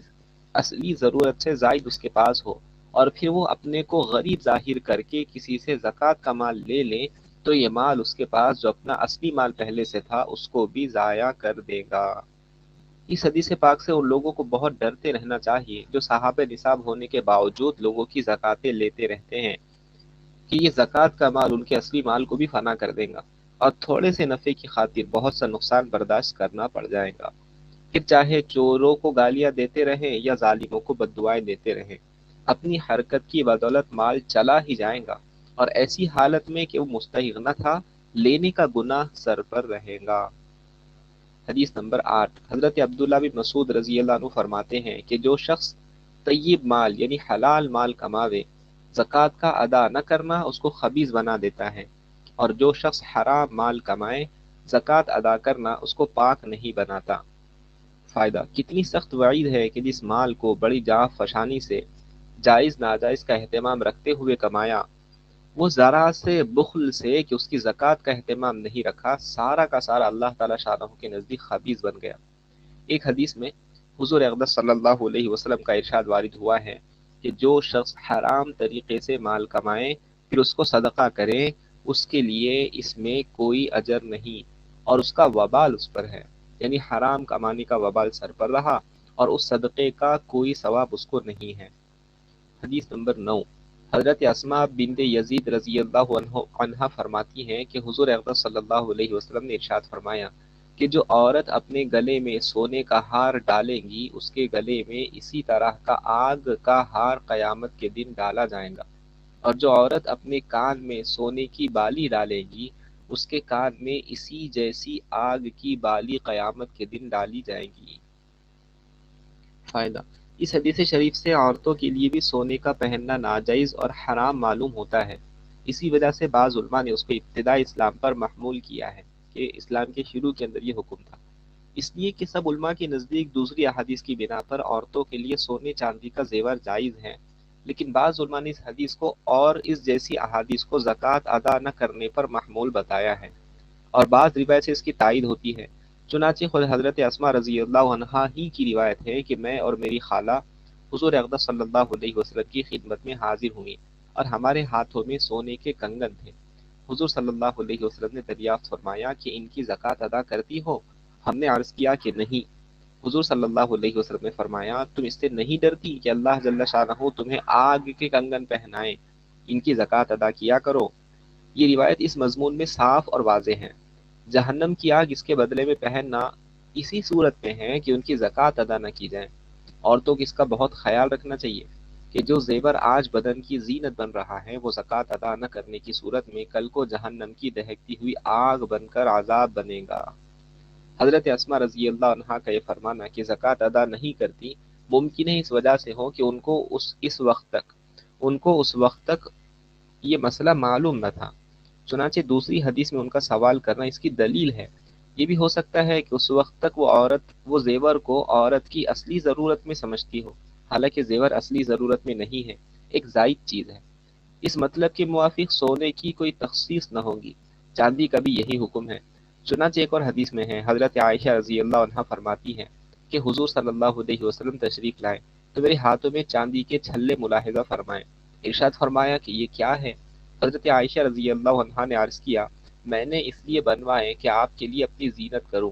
حضور صلی اللہ علیہ وسلم نے فرمایا، اس کی زکوٰۃ بھی دیتی ہو؟ میں نے عرض کیا کہ نہیں۔ حضور صلی اللہ علیہ وسلم نے فرمایا، تجھ کو تو جہنم کی آگ کے لیے یہی کافی ہے۔ یہاں انکار کی ان دو وجہوں کے علاوہ جو پہلی حدیث میں گزری، تیسری وجہ یہ بھی ہو سکتی ہے کہ چاندی کے چھلوں کا وزن عام طور سے اتنا نہیں ہوتا کہ وہ نصاب تک پہنچ جائیں، اور حضور صلی اللہ علیہ وسلم کے ارشاد کا مطلب یہ ہے کہ ایک زیور کی مقدار اگرچہ اتنی نہ ہو لیکن دوسرے زیور کے ساتھ ملا کر بھی نصاب کو پہنچ جائے تو اس پر زکوٰۃ واجب ہے۔ ایک اور حدیث میں ہے کہ حضور اقدس صلی اللہ علیہ وسلم کی خدمت میں ایک عورت حاضر ہوئی، ان کے ساتھ ان کی بیٹی تھی جن کے ہاتھ میں دو وزنی کنگن سونے کے تھے۔ حضور صلی اللہ علیہ وسلم نے فرمایا، ان کی زکوٰۃ ادا کرتی ہو؟ انہوں نے عرض کیا کہ نہیں۔ حضور صلی اللہ علیہ وسلم نے فرمایا، کیا تمہیں اس بات سے خوشی ہے کہ حق تعالی شانہ ان کے بدلے میں آگ کے دو کنگن تمہیں قیامت میں پہنا دے؟ انہوں نے یہ سنتے ہی دونوں کنگن حضور صلی اللہ علیہ وسلم کی خدمت میں پیش کر دیے کہ یہ اللہ کے واسطے دیتی ہوں۔ یہی وہ خاص ادا صحابہ کرام رضی اللہ عنہم اجمعین کے مرد و عورت میں تھی کہ اللہ تعالی شانہ یا اس کے رسول صلی اللہ علیہ وسلم کا ارشاد سننے کے بعد پھر تعمیل میں کوئی ہیل حجت لئی تو لال ہوتی ہی نہ تھی۔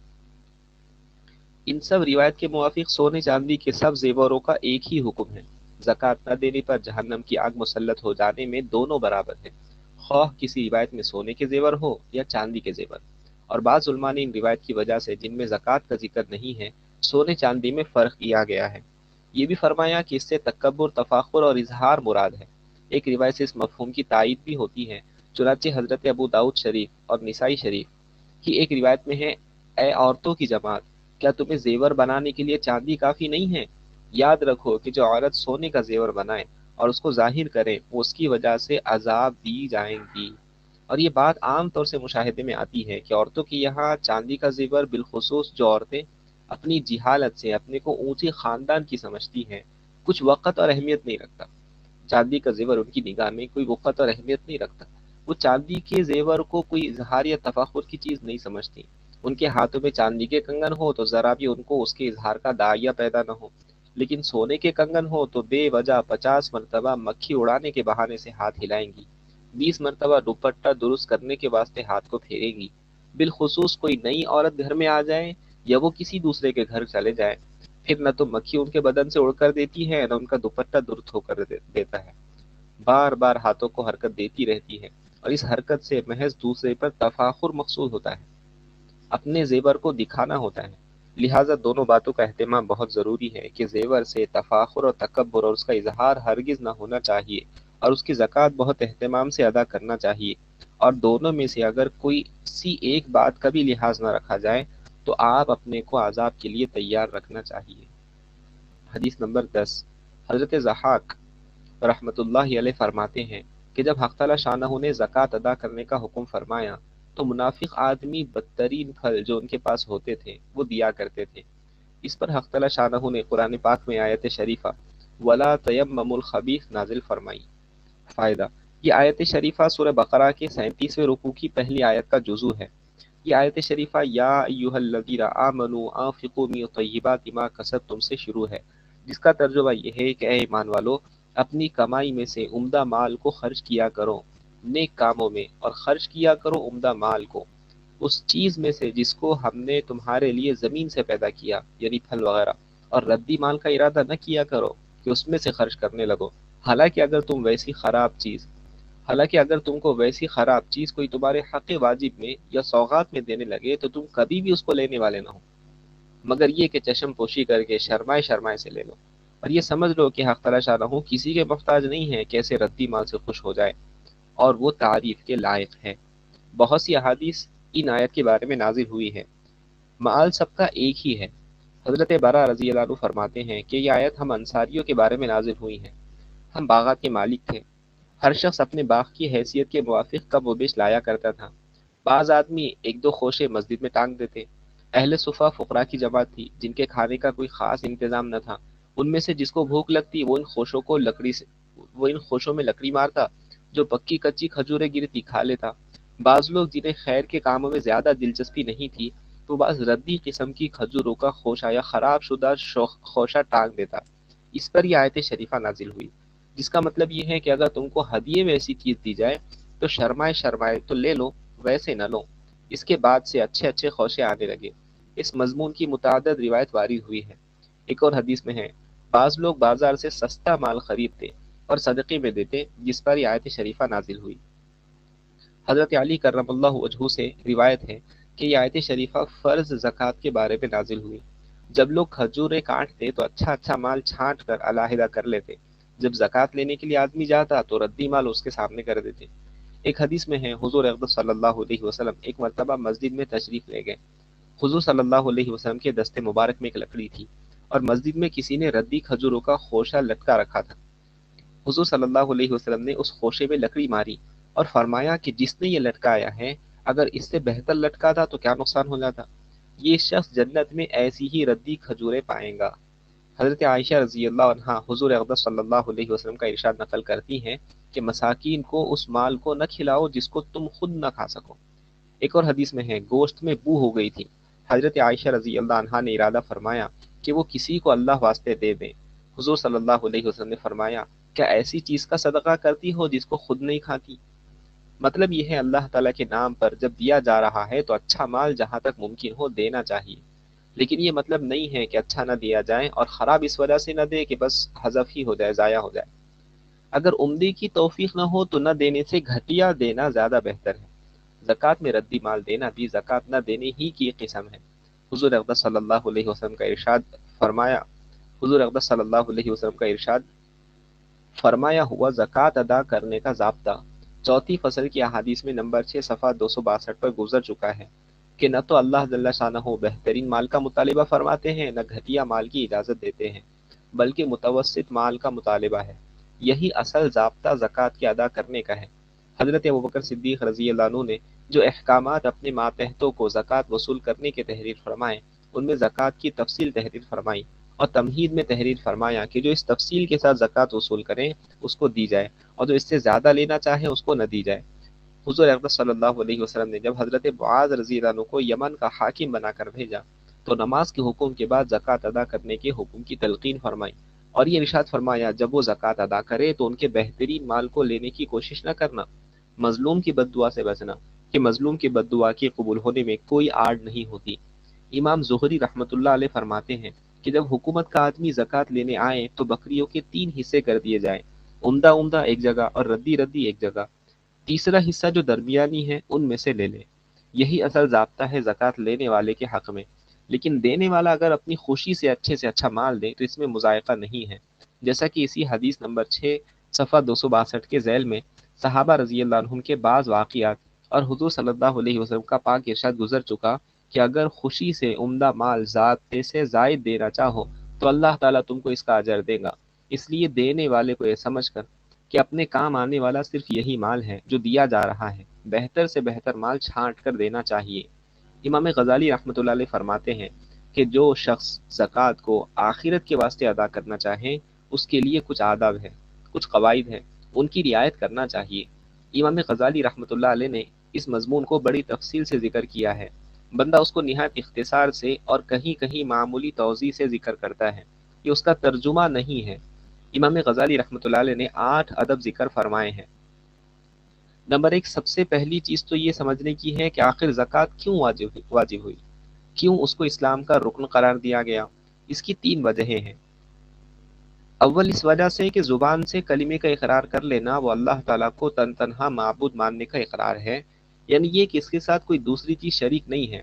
اور اس کی تکمیل اور تتامی جب ہی ہو سکتی ہیں جبکہ اس ایک پاک ذات کے سوا محبت کے دعوے دار کے دل میں اختیاری طور پر کسی دوسری چیز کی گنجائش نہ رہے،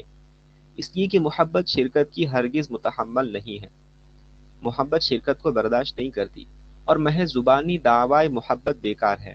محبت کا امتحان جب ہی ہو سکتا ہے جب دوسری محبوب چیزوں سے مقابلہ پڑ جائیں، اور مال ہر شخص کو بالطبع ہے،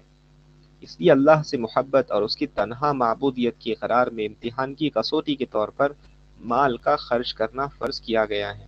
جس سے لوگوں کی حق تعالی شانہ کے ساتھ محبت کا اندازہ ہوتا ہے۔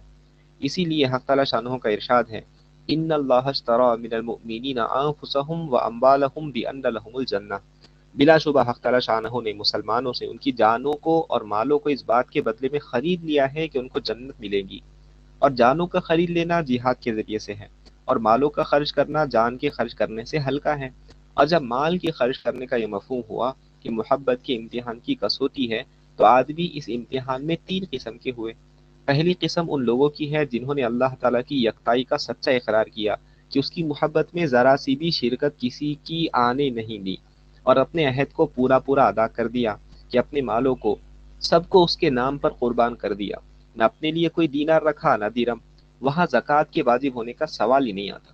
اسی وجہ سے بعض بزرگوں سے منقول ہے کہ ان سے کسی نے دریافت کیا کہ 200 درم میں کتنی مقدار واجب ہے، تو انہوں نے فرمایا کہ عام لوگوں پر شریعت مطہرہ کے ضابطے کے موافق 5 درم ہے، لیکن ہم لوگوں کو سب کا سب خرچ کر دینا ضروری ہے۔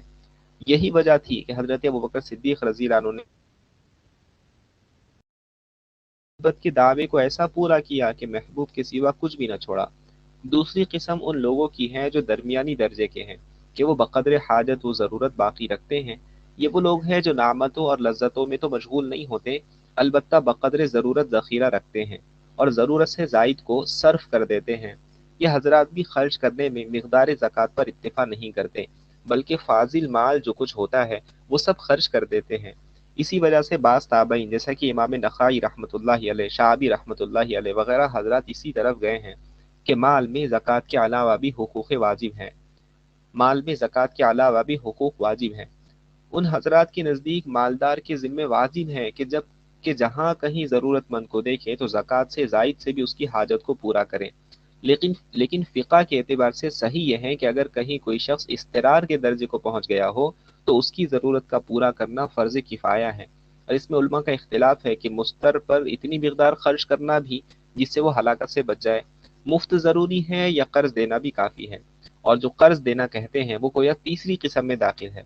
تیسری قسم ادنا درجے کے لوگوں کی ہے جو صرف واجب یعنی مقدار زکوٰۃ ہی ادا کرتے ہیں، نہ اس سے کم کرتے ہیں نہ زیادہ۔ عام لوگ بیشتر اسی قسم میں داخل ہیں، اس لیے کہ ان کو مال سے محبت ہے، وہ اس کے خرچ کرنے میں بخل کرتے ہیں، انہیں آخرت کی رغبت کم ہے۔ امام غزالی رحمۃ اللہ علیہ نے 3 ہی قسمیں آدمیوں کی لکھی ہے، چوتھی قسم کا ذکر نہیں کیا، جو مقدار واجب کو بھی پورا ادا نہیں کرتے یا بالکل ہی ادا نہیں کرتے، اس لیے کہ یہ لوگ تو اپنے دعوی محبت میں بالکل ہی جھوٹے ہیں، ایسوں کا کیا ذکر کرنا جو جھوٹی محبت کے دعوے دار ہو۔ نمبر 2، اس وجہ سے بھی کہ زکوٰۃ سے آدمی کو صفت بخل سے پاک کرنا مقصود ہے، جو بڑی محلق چیز ہے۔ حضور صلی اللہ علیہ وسلم کا پاک ارشاد ہے، 3 چیزیں محلق ہے، ہلاک کرنے والی ہے۔ ایک وہ حرص و بخل جس کی اطاعت کی جائے، یعنی اگر طبعاً کوئی شخص بخیل ہو مگر عمل اپنی طبیعت کے خلاف کرتا ہو اور طبیعت پر جبر کرتا ہے تو یہ محلق نہیں ہے۔ محلق وہ بخل ہے کہ عمل بھی اس کے موافق ہو۔ دوسری وہ خواہش نفس جس کا اتباع کیا جائے، اس کا بھی وہی مطلب ہے، مثلا شہوت کسی شخص کو ہو اور وہ اس کو بجز روکے تو وہ محلق نہیں ہے، محلق وہ ہے کہ اس کے موافق عمل بھی کرے۔ تیسری چیز ہر شخص کا اپنی رائے کو اپنی رائے کو سب سے بہتر سمجھنا۔ اس کے علاوہ قرآن پاک کی متعدد آیات اور بہت سی احادیث میں بخل کی مذمت وارد ہوئی ہے، جیسا کہ دوسری فصل میں ان میں سے چند گزر چکی، اور آدمی سے صفت بخل اسی طرح ظاہر ہو سکتی ہے کہ زبردستی اس کو مال خرچ کرنے کا عادی بنائیں، کہ جب کسی سے محبت تعلق چھڑانا مقصود ہوتا ہے تو اس کی صورت یہی ہوتی ہے کہ اپنے کو اس سے دور رکھنے پر مجبور کیا جائے تاکہ اس کی محبت جاتی رہے۔ اسی لحاظ سے زکوٰۃ کو پاکی کا ذریعہ کہا جاتا ہے کہ وہ آدمی کو بخل کی گندگی سے پاک کرتی ہے، اور جس قدر زیادہ مال خرچ کرے گا اور جتنی زیادہ مسرت اور خوشی سے خرچ کرے گا اور جتنی بھی اللہ تعالیٰ کے راستے میں خرچ کرنے سے بشاشت ہوں گی، اتنی ہی بخل کی گندگی سے نظافت حاصل ہوں گی، پاکی حاصل ہوں گی۔ نمبر 3، اس وجہ سے بھی کہ یہ اللہ تعالیٰ شانہ کی نعمت مال کا شکرانہ ہے کہ اللہ جل شانہ کے ہر شخص کے جان و مال میں اس قدر انعامات احسانات ہیں کہ حد نہیں۔ بس طاعت بدنیہ بدنی انعامات کا شکریہ ہے، اور طاعت مالیہ مالی انعامات کا شکریہ ہے، اور کس قدر کمینہ اور ذلیل ہے وہ شخص جو کسی فقیر کو دیکھے، اس کی نگدستی اور بدحالی کو اور اس پر رزق کی کمی کی مصیبت کو دیکھے، پھر بھی اس کے دل میں اللہ تعالیٰ کی اس نعمت کا شکرانے کا خیال نہ آئے جو اللہ تعالیٰ نے اس شخص پر کی ہے، کہ اس کو بھیک مانگنے سے مستغنی بنا دیا اور اس فقیر کی طرح اپنی حاجت کو دوسروں کے سامنے لے جانے سے بے نیاز کیا، بلکہ اس قابل کیا کہ دوسرا شخص اس کے سامنے اپنی ضرورت پیش کرے۔ کیا اس کا شکرانہ یہ نہیں ہے کہ اپنے مال کا 10واں یا 40واں حصہ اللہ تعالیٰ کے نام پر خرچ کر دیں؟ 10ویں سے پیداوار کا عشر اور 40ویں سے زکوٰۃ مراد ہے۔ نمبر 2، زکوٰۃ کا دوسرا ادب یہ ہے کہ زکوٰۃ کی ادائیگی کے وقت کے اعتبار سے ہے۔ دوسرا ادب زکوٰۃ کے وقت کی ادائیگی کے اعتبار سے ہے، اور وہ یہ ہے کہ اس کی ادائیگی میں بہت عجلت، بہت جلدی کریں، کہ اس کی واجب ہونے کے وقت سے پہلے ہی ادا کر دیں، کہ اس میں حق تعالی شانہ کے امثال حکم میں رغبت کا اظہار ہے اور فقراء کے دلوں میں مسرت کا پیدا کرنا ہے، اور دیر کرنے میں اپنے اوپر اور مال پر کسی قسم کی بیماری اور آفت کے آ جانے کا بھی احتمال ہے، اور جن کے نزدیک زکوٰۃ کا فوراً ادا کرنا ضروری ہے، ان کے نزدیک تو تاخیر کا گناہ مستقل ہے۔ لہٰذا جس وقت بھی دل میں خرچ کرنے کا خیال پیدا ہو، اس کو فرشتے کی تحریک سمجھے، اس لیے کہ ایک حدیث میں آیا ہے کہ آدمی کے ساتھ ایک تحریک فرشتے کی ہوتی ہے اور ایک شیطان کی۔ فرشتے کی تحریک تو خیر کی طرف متوجہ کرنا اور حق کی تصدیق ہے، جب آدمی اس کو پاوے تو اللہ تعالیٰ کا شکر ادا کرے، اور شیطان کی تحریک برائی کی طرف متوجہ کرنا اور حق بات کو جھٹلانا ہے، جب آدمی اس کو پاوے تو اعوذ باللہ پڑھے۔ ایک اور حدیث میں ہے، آدمی کا دل اللہ تعالیٰ کی 2 انگلیوں میں ہے، جس طرح چاہے پلٹ دیتے ہیں، اس لیے دل میں جو یہ خیال خرچ کرنے کا آیا ہے، اس کے بدل جانے کا بھی خطرہ ہے۔ اس کے علاوہ شیطان آدمی کو اپنے احتیاج کا خیال لاتا رہتا ہے، جیسا کہ دوسری فصل کی آیت میں نمبر 2 صفحہ 158 پر گزرا، اور فرشتے کی تحریک کے بعد شیطان کی تحریک بھی ہوتی ہے، اس لیے اس کی تحریک کے پیدا ہونے سے پہلے ادا کر دیں۔ اور اگر ساری زکوٰۃ ایک ہی وقت ادا کرنا مقصود ہو تو اس کی اچھی صورت یہ ہے کہ کوئی سا ایک مہینہ زکوٰۃ ادا کرنے کا معین کر لیں، اور بہتر یہ ہے کہ افضل مہینوں میں سے مقرر کریں تاکہ اس میں خرچ کرنے سے ثواب میں زیادتی ہو، جیسا کہ مثلا محرم کا مہینہ ہے کہ وہ سال کا شروع مہینہ ہونے کے علاوہ اشہر الحرم ہے، اور اس میں ایک دن یعنی عاشورے کا ایسا ہے کہ اس میں صدقہ کرنے کی اور اہل و عیال پر خرچ میں وسعت کی فضیلت آئی ہے، لہٰذا اس مہینے میں اگر ادا کریں تو بہتر یہ ہے کہ 10ویں تاریخ کو ادا کریں۔ یا مثلا رمضان المبارک کا مہینہ ہے کہ حدیث میں آیا ہے حضور اقدس صلی اللہ علیہ وسلم جو حضور اقدس صلی اللہ علیہ وسلم جو جود و بخشش میں تمام آدمیوں سے بڑھ کر تھے، وہ ماہ رمضان میں تو آپ کی بخشش اور جود ایسی تیزی سے چلتی تھی جیسا کہ تیز ہوا۔ نیز اس مہینے میں لیلۃ القدر ہے جو 1000 مہینوں سے افضل ہے۔ نیز اللہ تعالیٰ کی نعمتیں بھی اس مہینے میں اپنے بندوں پر روز افزوں ہوتی ہیں۔ اسی طرح ذوالحجہ کا مہینہ بھی بڑی فضیلت والے مہینوں میں ہے، اس میں حج ہوتا ہے، اور اس میں ایام معلومات ہیں یعنی عشرہ ذی الحجہ، اور ایام معدودات ہیں یعنی ایام تشریق، اور ان دونوں میں اللہ تعالیٰ کی یاد کی ترغیب قرآن پاک میں آتی ہے۔ بس اگر کوئی رمضان کو متعین کرے تو اس کا عشرہ آخر مناسب ہے، اور ذی الحجہ کو مقرر کرے تو اس کا عشرہ اول بہتر ہے۔ بندہ ناکارہ کا مشورہ یہ ہے کہ ہر شخص کو اپنی زکوٰۃ کا تقریبی اندازہ تو ہوتا ہی ہے، اس لیے سال کی شروع ہی سے ضرورت کے مواقع پر اس انداز کی رعایت رکھتے ہوئے تھوڑا رہیں، اور جب سال وجوب کا ختم ہو اس وقت اپنے مال کا اور اپنی زکوٰۃ کا پورا حساب لگا لیں۔ اگر کچھ کمی رہ گئی ہو تو اس وقت پوری کر دیں، اور کچھ زیادہ ادا ہو گیا ہو تو اللہ تعالیٰ شانہ کا شکر ادا کریں کہ اس کی توفیق تھی کہ واجب سے بھی زیادہ ادا ہو گیا۔ اس میں 3 مصلحتیں ہیں۔ اول تو یہ کہ پوری رقم اگر مقدار میں زیادہ ہوتی تو بڑی رقم کا ایک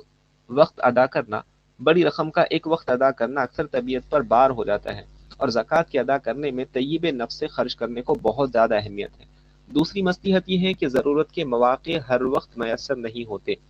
اس طرح ادا کرنے میں ضرورت کے مواقع پر خرچ ہوتا رہے گا، اور اگر سال کی ختم پر حساب کر کے اس خیال سے اس کو علیحدہ رکھے گا کہ وقتاً فوقتاً خرچ کرتا رہوں گا، تو اس میں ایک تو ہر دن تاخیر ہوتی رہے گی، دوسرے اس کا اطمینان نہیں کہ ادائیگی سے پہلے کوئی حادثہ جانی یا مالی پیش نہ آ جائے، اور زکوٰۃ واجب ہونے کے بعد ادا نہ ہونے میں سب کے نزدیک گناہ ہے۔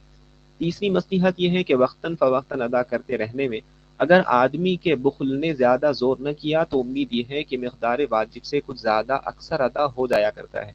جو مرغوب چیز ہے، اور بیک وقت حساب لگا کر اس پر اضافہ کرنا بہت سے لوگوں کو دشوار ہوگا۔ یہاں ایک بات اہتمام سے ذہن میں رکھنا چاہیے کہ زکوٰۃ کا مدار قمری سال پر ہے، شمسی سال پر نہیں ہے۔ بعض لوگ انگریزی مہینے سے زکوٰۃ کا حساب رکھتے ہیں، اس میں 10 یوم کی تاخیر تو ہر سال ہوتی ہی ہے، اس کے علاوہ 36 سال میں 1 سال کی زکوٰۃ کم ہو جائے گی جو اپنے ذمے پر رہ گئی۔ تیسرا ادب زکوٰۃ کا مخفی طریقے سے ادا کرنا ہے، اس لیے کہ اس میں ریا اور شہرت سے امن ہے، اور لینے والے کی پردہ پوشی ہے، اس کو ذلت سے بچانا ہے۔ اور افضل یہی ہے کہ اگر کوئی مجبوری اظہار کی نہ ہو تو مخفی طور پر ادا کریں، اس لیے کہ صدقے کی مصلحت بخل کی گندگی کو دور کرنا ہے اور مال کی محبت کو زائل کرنا ہے، اور زیادہ شہرت میں حب جاہ کو دخل ہوتا ہے، اور یہ مرض یعنی حب جاہ کا حب مال سے بھی زیادہ سخت ہے اور لوگوں پر حب مال سے بھی زیادہ مسلط ہے۔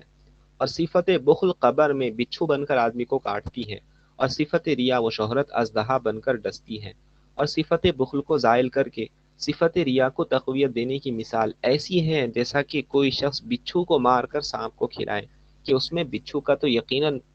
تو اس میں کہ اس میں بچھو تو یقیناً مر گیا اور اس کا نقصان جاتا رہا، لیکن سانپ زیادہ مضبوط ہو گیا، قوی ہو گیا، اور مقصود دونوں کو مارنا ہے، اور سانپ کا مارنا زیادہ ضروری ہے۔ چوتھا ادب یہ ہے کہ اگر کوئی دینی مصلحت اظہار کی ہو، مثلا دوسروں کو ترغیب مقصود ہو، یا دوسرے لوگ اس کے فعل کا اتباع کرتے ہوں، یا کوئی اور دینی مصلحت ہو، اس وقت اظہار افضل ہوگا۔ ان دونوں نمبروں کا بیان پہلی فصل کی آیت میں نمبر 9 صفحہ 30 پر مفصل گزر چکا۔ پانچواں ادب یہ ہے کہ اپنے صدقے کو من و اذا سے برباد نہ کریں۔ من کے معنی احسان رکھنے کے ہیں، یعنی جس پر صدقہ کیا ہے اس پر اپنے صدقے کا احسان جتائیں، اور اذا کے معنی تکلیف کے ہیں، یعنی اس کو کسی اور طرح کی اذیت اس گھمنڈ پر پہنچائے کہ اپنا دست نگر ہے، محتاج ہے، اس کی ضرورت اپنے سے وابستہ ہے، یا میں نے زکوٰۃ دے کر اس پر احسان کیا ہے۔ یہ مضمون بھی پہلی فصل کی آیت میں نمبر 8 صفحہ 29 پر تفصیل سے گزر چکا ہے۔ چھٹا ادب یہ ہے کہ اپنے صدقے کو حقیر سمجھے، اس کو بڑی چیز سمجھنے سے عجب پیدا ہونے کا اندیشہ ہے، جو بڑی ہلاکت کی چیز ہے اور نیک اعمال کو برباد کرنے والی ہے۔ حق تعالی شانہ نے بھی قرآن پاک میں تعان کے طور پر اس کو ذکر فرمایا ہے، چنانچہ ارشاد ہے وَيَوْمَ حُنَيْنٍ إِذْ أَعْجَبَتْكُمْ كَثْرَتُكُمْ فَلَمْ تُغْنِ عَنكُمْ شَيْئًا، اور حنین کے دن بھی تم کو غلبہ دیا تھا، جبکہ یہ قصہ پیش آیا تھا کہ تم کو اپنے مجموعے کی کثرت سے گھمنڈ پیدا ہو گیا تھا، پھر وہ کثرت تمہارے کچھ کام نہ آئی، اور کفار کی تیر برسانے سے تمہیں اس قدر پریشانی ہوئی کہ زمین اپنی وسعت کے باوجود تم پر تنگ ہو گئی، پھر تم میدان جنگ سے منہ پھیر کر بھاگ گئے۔ اس کے بعد اللہ جل شانہ نے اپنے رسول اور مومنین پر تسلی فرمائی اور ایسے لشکر فرشتوں کے تمہاری مدد کے لیے بھیجے جن کو تم نے نہیں دیکھا۔ اس کا قصہ کتب احادیث ہے، کثرت سے روایت اس قصے کے بارے میں وارد ہوئی ہے، جن کا خلاصہ یہ ہے کہ رمضان مبارک 8 ہجری میں جبکہ حضور اقدس صلی اللہ علیہ وسلم مکہ مکرمہ کو فتح فرما لیا تو قبیلہ حوازن اور ثقیف پر حملے کے لیے رمضان میں تشریف لے گئے۔ کیونکہ مسلمانوں کی جمعیت اس وقت سے پہلے غزوات کے لحاظ سے بہت زیادہ ہو گئی تھی، تو ان میں اپنی کثرت پر عجب پیدا ہوا کہ ہم اتنے زیادہ ہیں کہ مغلوب نہیں ہو سکتے۔ اسی بنا پر حق تعالی شانہ کو گھمنڈ اور عجب بہت ناپسند ہے۔ اسی بنا پر کہ حق تعالی شانہ کو گھمنڈ اور عجب بہت ناپسند ہے، ابتدا میں مسلمانوں کو شکست ہوئی،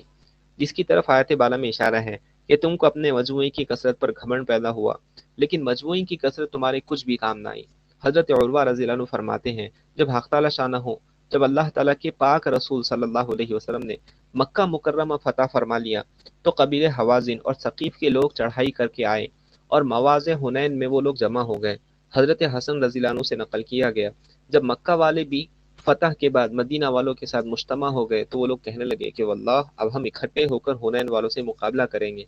حضور اقدس صلی اللہ علیہ وسلم کو ان لوگوں کی یہ گھمنڈ کی بات گراں گزری اور ناپسند ہوئی،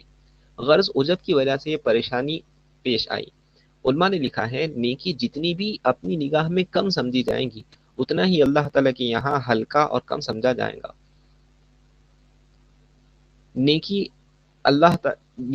جتنی بھی اپنی نگاہ میں کم سمجھی جائیں گی اتنی ہی اللہ تعالیٰ کے یہاں بڑی سمجھی جائیں گی، اور گناہ جتنا بھی اپنی نگاہ میں بڑا سمجھا جائے گا اتنا ہی اللہ تعالیٰ کے یہاں ہلکا اور کم سمجھا جائے گا۔ یعنی ہلکے سے گناہ کو بھی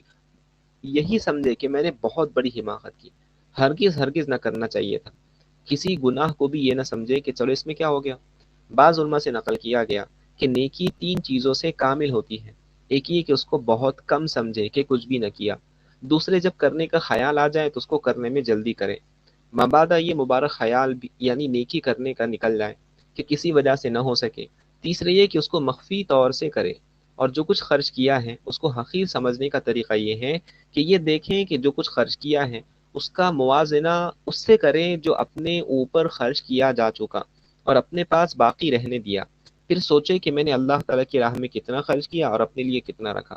مثلا اگر جو کچھ اس کے پاس موجود تھا اس میں سے ایک تہائی خرچ کر دیا تو گویا مالک الملک آقا اور محبوب کی رضا میں تو ایک تہائی ہوا، اور محبت کے دعوے دار کے حصے میں دو تہائی۔ اور اگر کوئی شخص اس کا عکس یا سارا کا سارا بھی خرچ کر دے، جس کی مثال اس زمانے میں تو ملنا بھی مشکل ہے، تب بھی یہ سوچنا چاہیے کہ آخر مال تو اللہ ہی کا تھا، اسی کی عطا فرمائی ہوئی چیز اپنے پاس تھی، اس نے اپنے لطف و کرم احسان سے خرچ کی اور اپنے ضرورت میں کام لانے کی اجازت دے رکھی تھی۔ اگر کسی ایسے شخص کی امانت اپنے پاس ہو جس نے امانت رکھواتے وقت یہ بھی کہہ دیا ہو کہ اگر آپ کو کوئی ضرورت پیش آوے تو اس کو اپنا ہی مال تصور کر کے خرچ کر لیں، پھر تم کسی وقت اس کی امانت کم و بیش واپس کرو، تو اس میں کون سا احسان تمہارا ہوا جس کو تم سمجھو کہ ہم نے بڑا کارنامہ کیا؟ اور پھر مزید یہ کہ اللہ تعالی شانہ کو اس کی عطا کی ہوئی چیز واپس کرنے میں، یعنی اس کے نام پر خرچ کرنے میں، اس کی طرف سے اجر و ثواب اور بدلے کا ایسا ایسا وعدہ ہے کہ اس کے لحاظ سے تو یہ کہا بھی نہیں جا سکتا کہ ہم نے اس کی امانت واپس کر دی۔ بس یوں کہا جائے گا کہ ایک شخص نے مثلا 100 روپے امانت رکھوائے تھے اور اس میں سے اس نے 50-60 واپس لے لیے، اس وعدے پر کہ عنقریب اتنی ہی گنیا اس کے بدلے میں تمہیں دے دوں گا، یا یوں سمجھو کہ 50 واپس لیے اور 500 کا چیک میں نے کر دیا۔ تو ایسی حالت میں کیا گھمنڈ کا موقع ہے اس بات کا کہ میں نے امانت رکھنے والے کو کچھ واپس کیا۔ اسی وجہ سے اس ادب کے ماتحت یہ چیز بھی ہے کہ جب صدقہ کرے تو بجائے فخر اور گھمنڈ کے شرمندگی کسی صورت سے خرچ کرے، جیسا کہ کسی کی امانت کوئی شخص اس طرح واپس کرے کہ اس میں سے کم یا زیادہ رکھ بھی لے۔ مثلا کسی کے 100 روپے امانت رکھے ہو اور امانت کی واپسی کے وقت اس میں سے 50 ہی واپس کرے، اور یہ کہہ کے واپس کرے کہ تم نے چونکہ مجھے خرچ کی اجازت دے دی تھی، یہ 50 میں نے خرچ کر لیے یا اپنی کسی ضرورت کے لیے رکھ لیے۔ یہ کہتے وقت جیسا کہ آدمی پر ایک حجاب، ایک شرم، ایک غیرت، ایک عاجزی، ایک ذلت ٹپکتی ہے، اور اس کو یہ بات خود کو محسوس ہوتی ہے کہ میں نے اس کریم النفس آدمی کے مال میں تصرف کیا، اس کا کتنا بڑا احسان ہے کہ اس نے باقی کا مطالبہ نہیں کیا۔ یہی حیت پیائی نہیں اللہ کی راہ میں خرچ کرتے وقت ہونی چاہیے کہ اسی کی عطا کا کچھ حصہ اس کو ایسی طرح واپس کیا جا رہا ہے کہ اس میں سے ہم نے کچھ کھا بھی لیا اور کچھ رکھ بھی لیا، اور یہ اس وجہ سے جو کسی فقیر کو دیا جا رہا ہے یا ضرورت کے موقع پر خرچ کیا جا رہا ہے تو وہ حقیقت میں اللہ تعالی شانہ ہی کو واپس کیا جا رہا ہے۔ فقیر تو محض ایک ایلچی ہے جو گویا اس نے اپنا آدمی اپنی امانت واپس لینے کے لیے بھیجا ہے۔ ایسے مواقع میں آدمی ایلچی کی کیسی خوشامد کیا کرتا ہے کہ تو آقا سے، حاکم سے ذرا سفارش کیجیے، کہہ دیجیے کہ اس کے پاس سارا مطالبہ ادا کرنے کو اس وقت تھا نہیں، میری ضرورتوں اور احوال پر نظر کر کے اتنی ہی کو قبول کر لیں، وغیرہ وغیرہ۔ غرض جتنی چاپلوسی قاصدوں کی اہلکار جبکہ پورا حق ادا نہ کیا جا رہا ہو، اس سے زیادہ عملی صورت سے فقراء اور صدقے کمال لینے والوں کی ہونی چاہیے،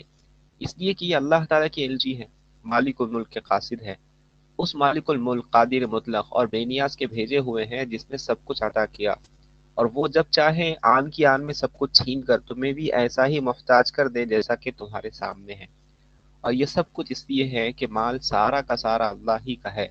اور اس کی راہ میں سارا خرچ کر دینا مرغوب اور پسندیدہ ہے۔ اس نے اپنے لطف و کرم سے سب کے خرچ کرنے کا ایجاب ہم پر نہیں فرمایا، اس لیے کہ اگر وہ سب کچھ خرچ کرنا واجب فرما دیتا تو ہمیں اپنی طبعی بخل و کنجوسی سے بہت بار ہو جاتا۔ ساتواں ادب یہ ہے کہ اللہ کی راہ میں صدقہ کرنے کے لیے بالخصوص زکوٰۃ ادا کرنے میں تو اس کا ایک اہم حکم اور فریضہ ہے، بہتر سے بہتر مال خرچ کریں، اس لیے کہ حق تعالی شانہ خود طیب ہے، ہر قسم کے عیب سے پاک ہے، اس لیے طیب ہی مال کو قبول فرماتے ہیں۔ اگر آدمی یہ خیال کرے کہ یہ مال جو صدقہ کیا جا رہا ہے حق تعالی شانہ کو دیا جا رہا ہے، تو کس قدر گستاخی اور بے ادبی ہے کہ جس پاک ذات کا مال ہے، جس کا عطا کیا ہوا ہے، اس کی خدمت میں تو گھٹیا قسم کا مال پیش کرے اور خود اپنے لیے عمدہ اور بہتر رکھے۔ اس کی مثال اس نوکر یا خاصاماں کی سی ہے جو آقا کے لیے تو باسی روٹی اور دال بودار رکھے اور اپنے لیے قورمہ پکائے۔ خود ہی غور کر لو کہ ایسے نوکر کے ساتھ آقا کا کیا معاملہ ہونا چاہیے۔ پھر دنیاؤں کے آقاؤں کو تو ہر چیز کی خبر بھی نہیں ہوتی، اور سلیم و خبیر کے سامنے ہر بات رہتی ہے، بس دل کے خیالات بھی بلکہ دل کے خیالات بھی ہر وقت سامنے ہیں۔ ایسی حالت میں اس کے مال میں سے اسی کے لیے گھٹیا اور خراب چیز بھیجنا کس قدر نمک حرامی ہے۔ اور اگر آدمی یہ خیال کرے کہ یہ جو کچھ خرچ کر رہا ہے وہ اپنے ہی نفع کے لیے ہے، اس کا بدلہ نہایت سخت احتیاج کے وقت اپنے ہی کو ملتا ہے، تو کس قدر حماقت کی بات ہے کہ آدمی اپنے لیے تو سڑیل گھٹیا چیز رکھیں اور اچھا اچھا مال دوسروں کے واسطے چھوڑ جائے۔ حدیث میں آیا ہے، آدمی کہتا ہے میرا مال، حالانکہ اس کا مال صرف وہ ہے جو صدقہ کر کے آگے بھیج دیا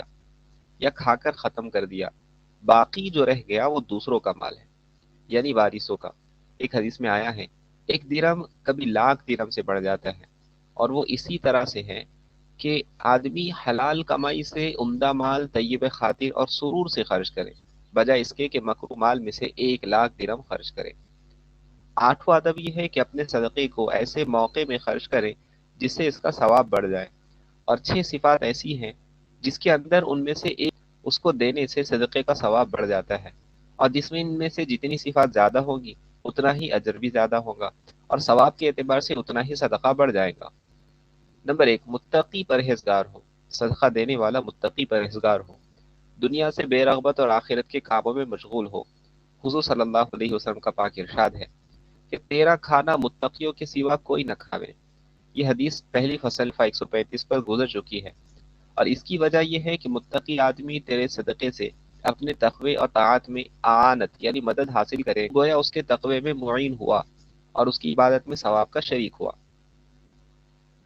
نمبر 2، اہل علم ہو، اس لیے کہ اس سے تیری اعانت اس کے علوم حاصل کرنے میں اور پھیلانے میں شامل ہو جائیں گی، اور علم تمام عبادتوں میں اشرف اور اعلیٰ عبادت ہے، اور جتنی بھی علمی مشغلے میں نیت اچھی ہوگی اتنی ہی یہ عبادت اعلیٰ سے اعلیٰ ہوتی جائے گی۔ حضرت عبداللہ بن مبارک رحمۃ اللہ علیہ مشہور محدث اور بزرگ ہے، وہ اپنی عطاؤں کو علماء کے ساتھ مخصوص رکھتے تھے۔ کسی نے عرض کیا، اگر غیر عالموں پر بھی آپ کرم فرمائے تو کیسا اچھا ہو۔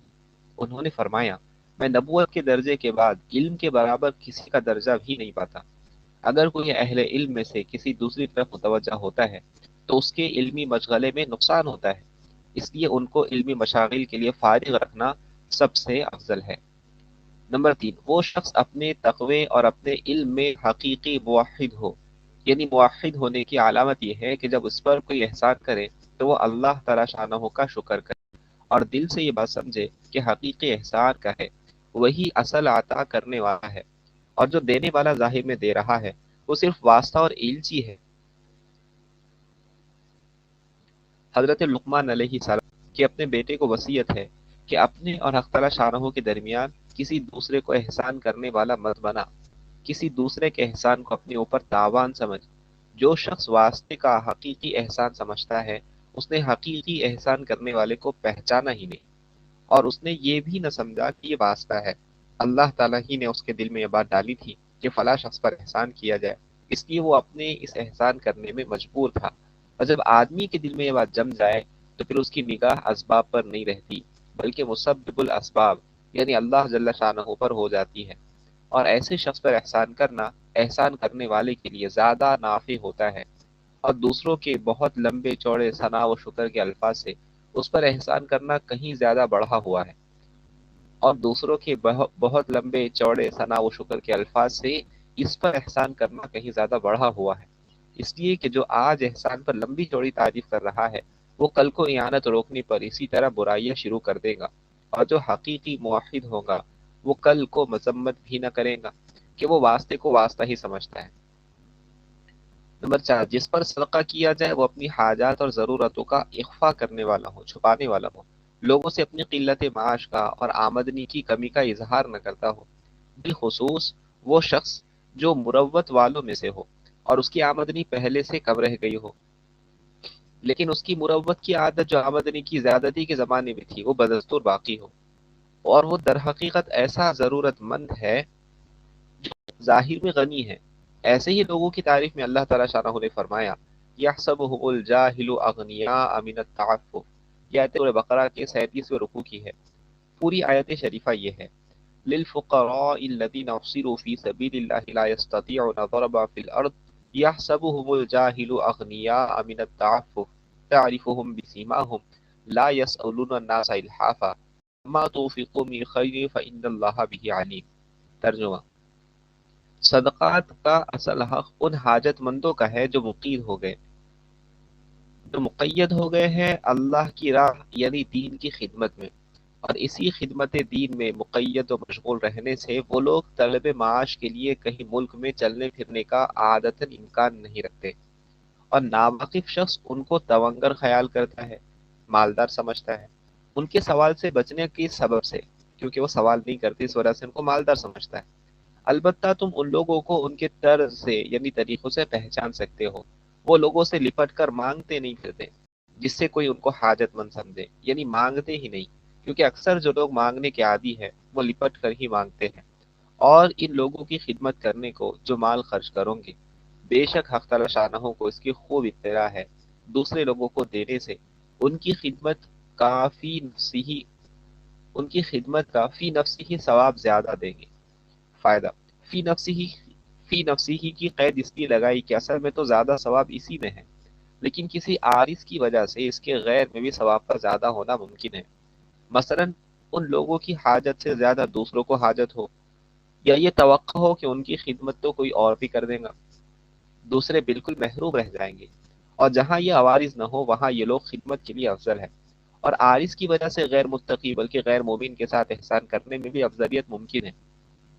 اور جاننا چاہیے کہ ہمارے ملک میں اس آیت کی مصداق سب سے زیادہ ہے جو علوم دینیہ کی اشاعت میں مشغول ہے، بس اس بنا پر سب سے اچھا مصرف طالب علم ٹھہرے، اور ان پر جو بعض ناتجربے کار یا طعن کرتے ہیں کہ ان سے کمایا نہیں جاتا، اس کا جواب قرآن میں دے دیا گیا، جس کا حاصل یہ ہے کہ ایک شخص ایسے دو کام نہیں کر سکتا جن میں سے ایک میں یا دونوں میں پوری مشغولی کی ضرورت ہو، اور جس کو علم دین کا کچھ مذاق ہوگا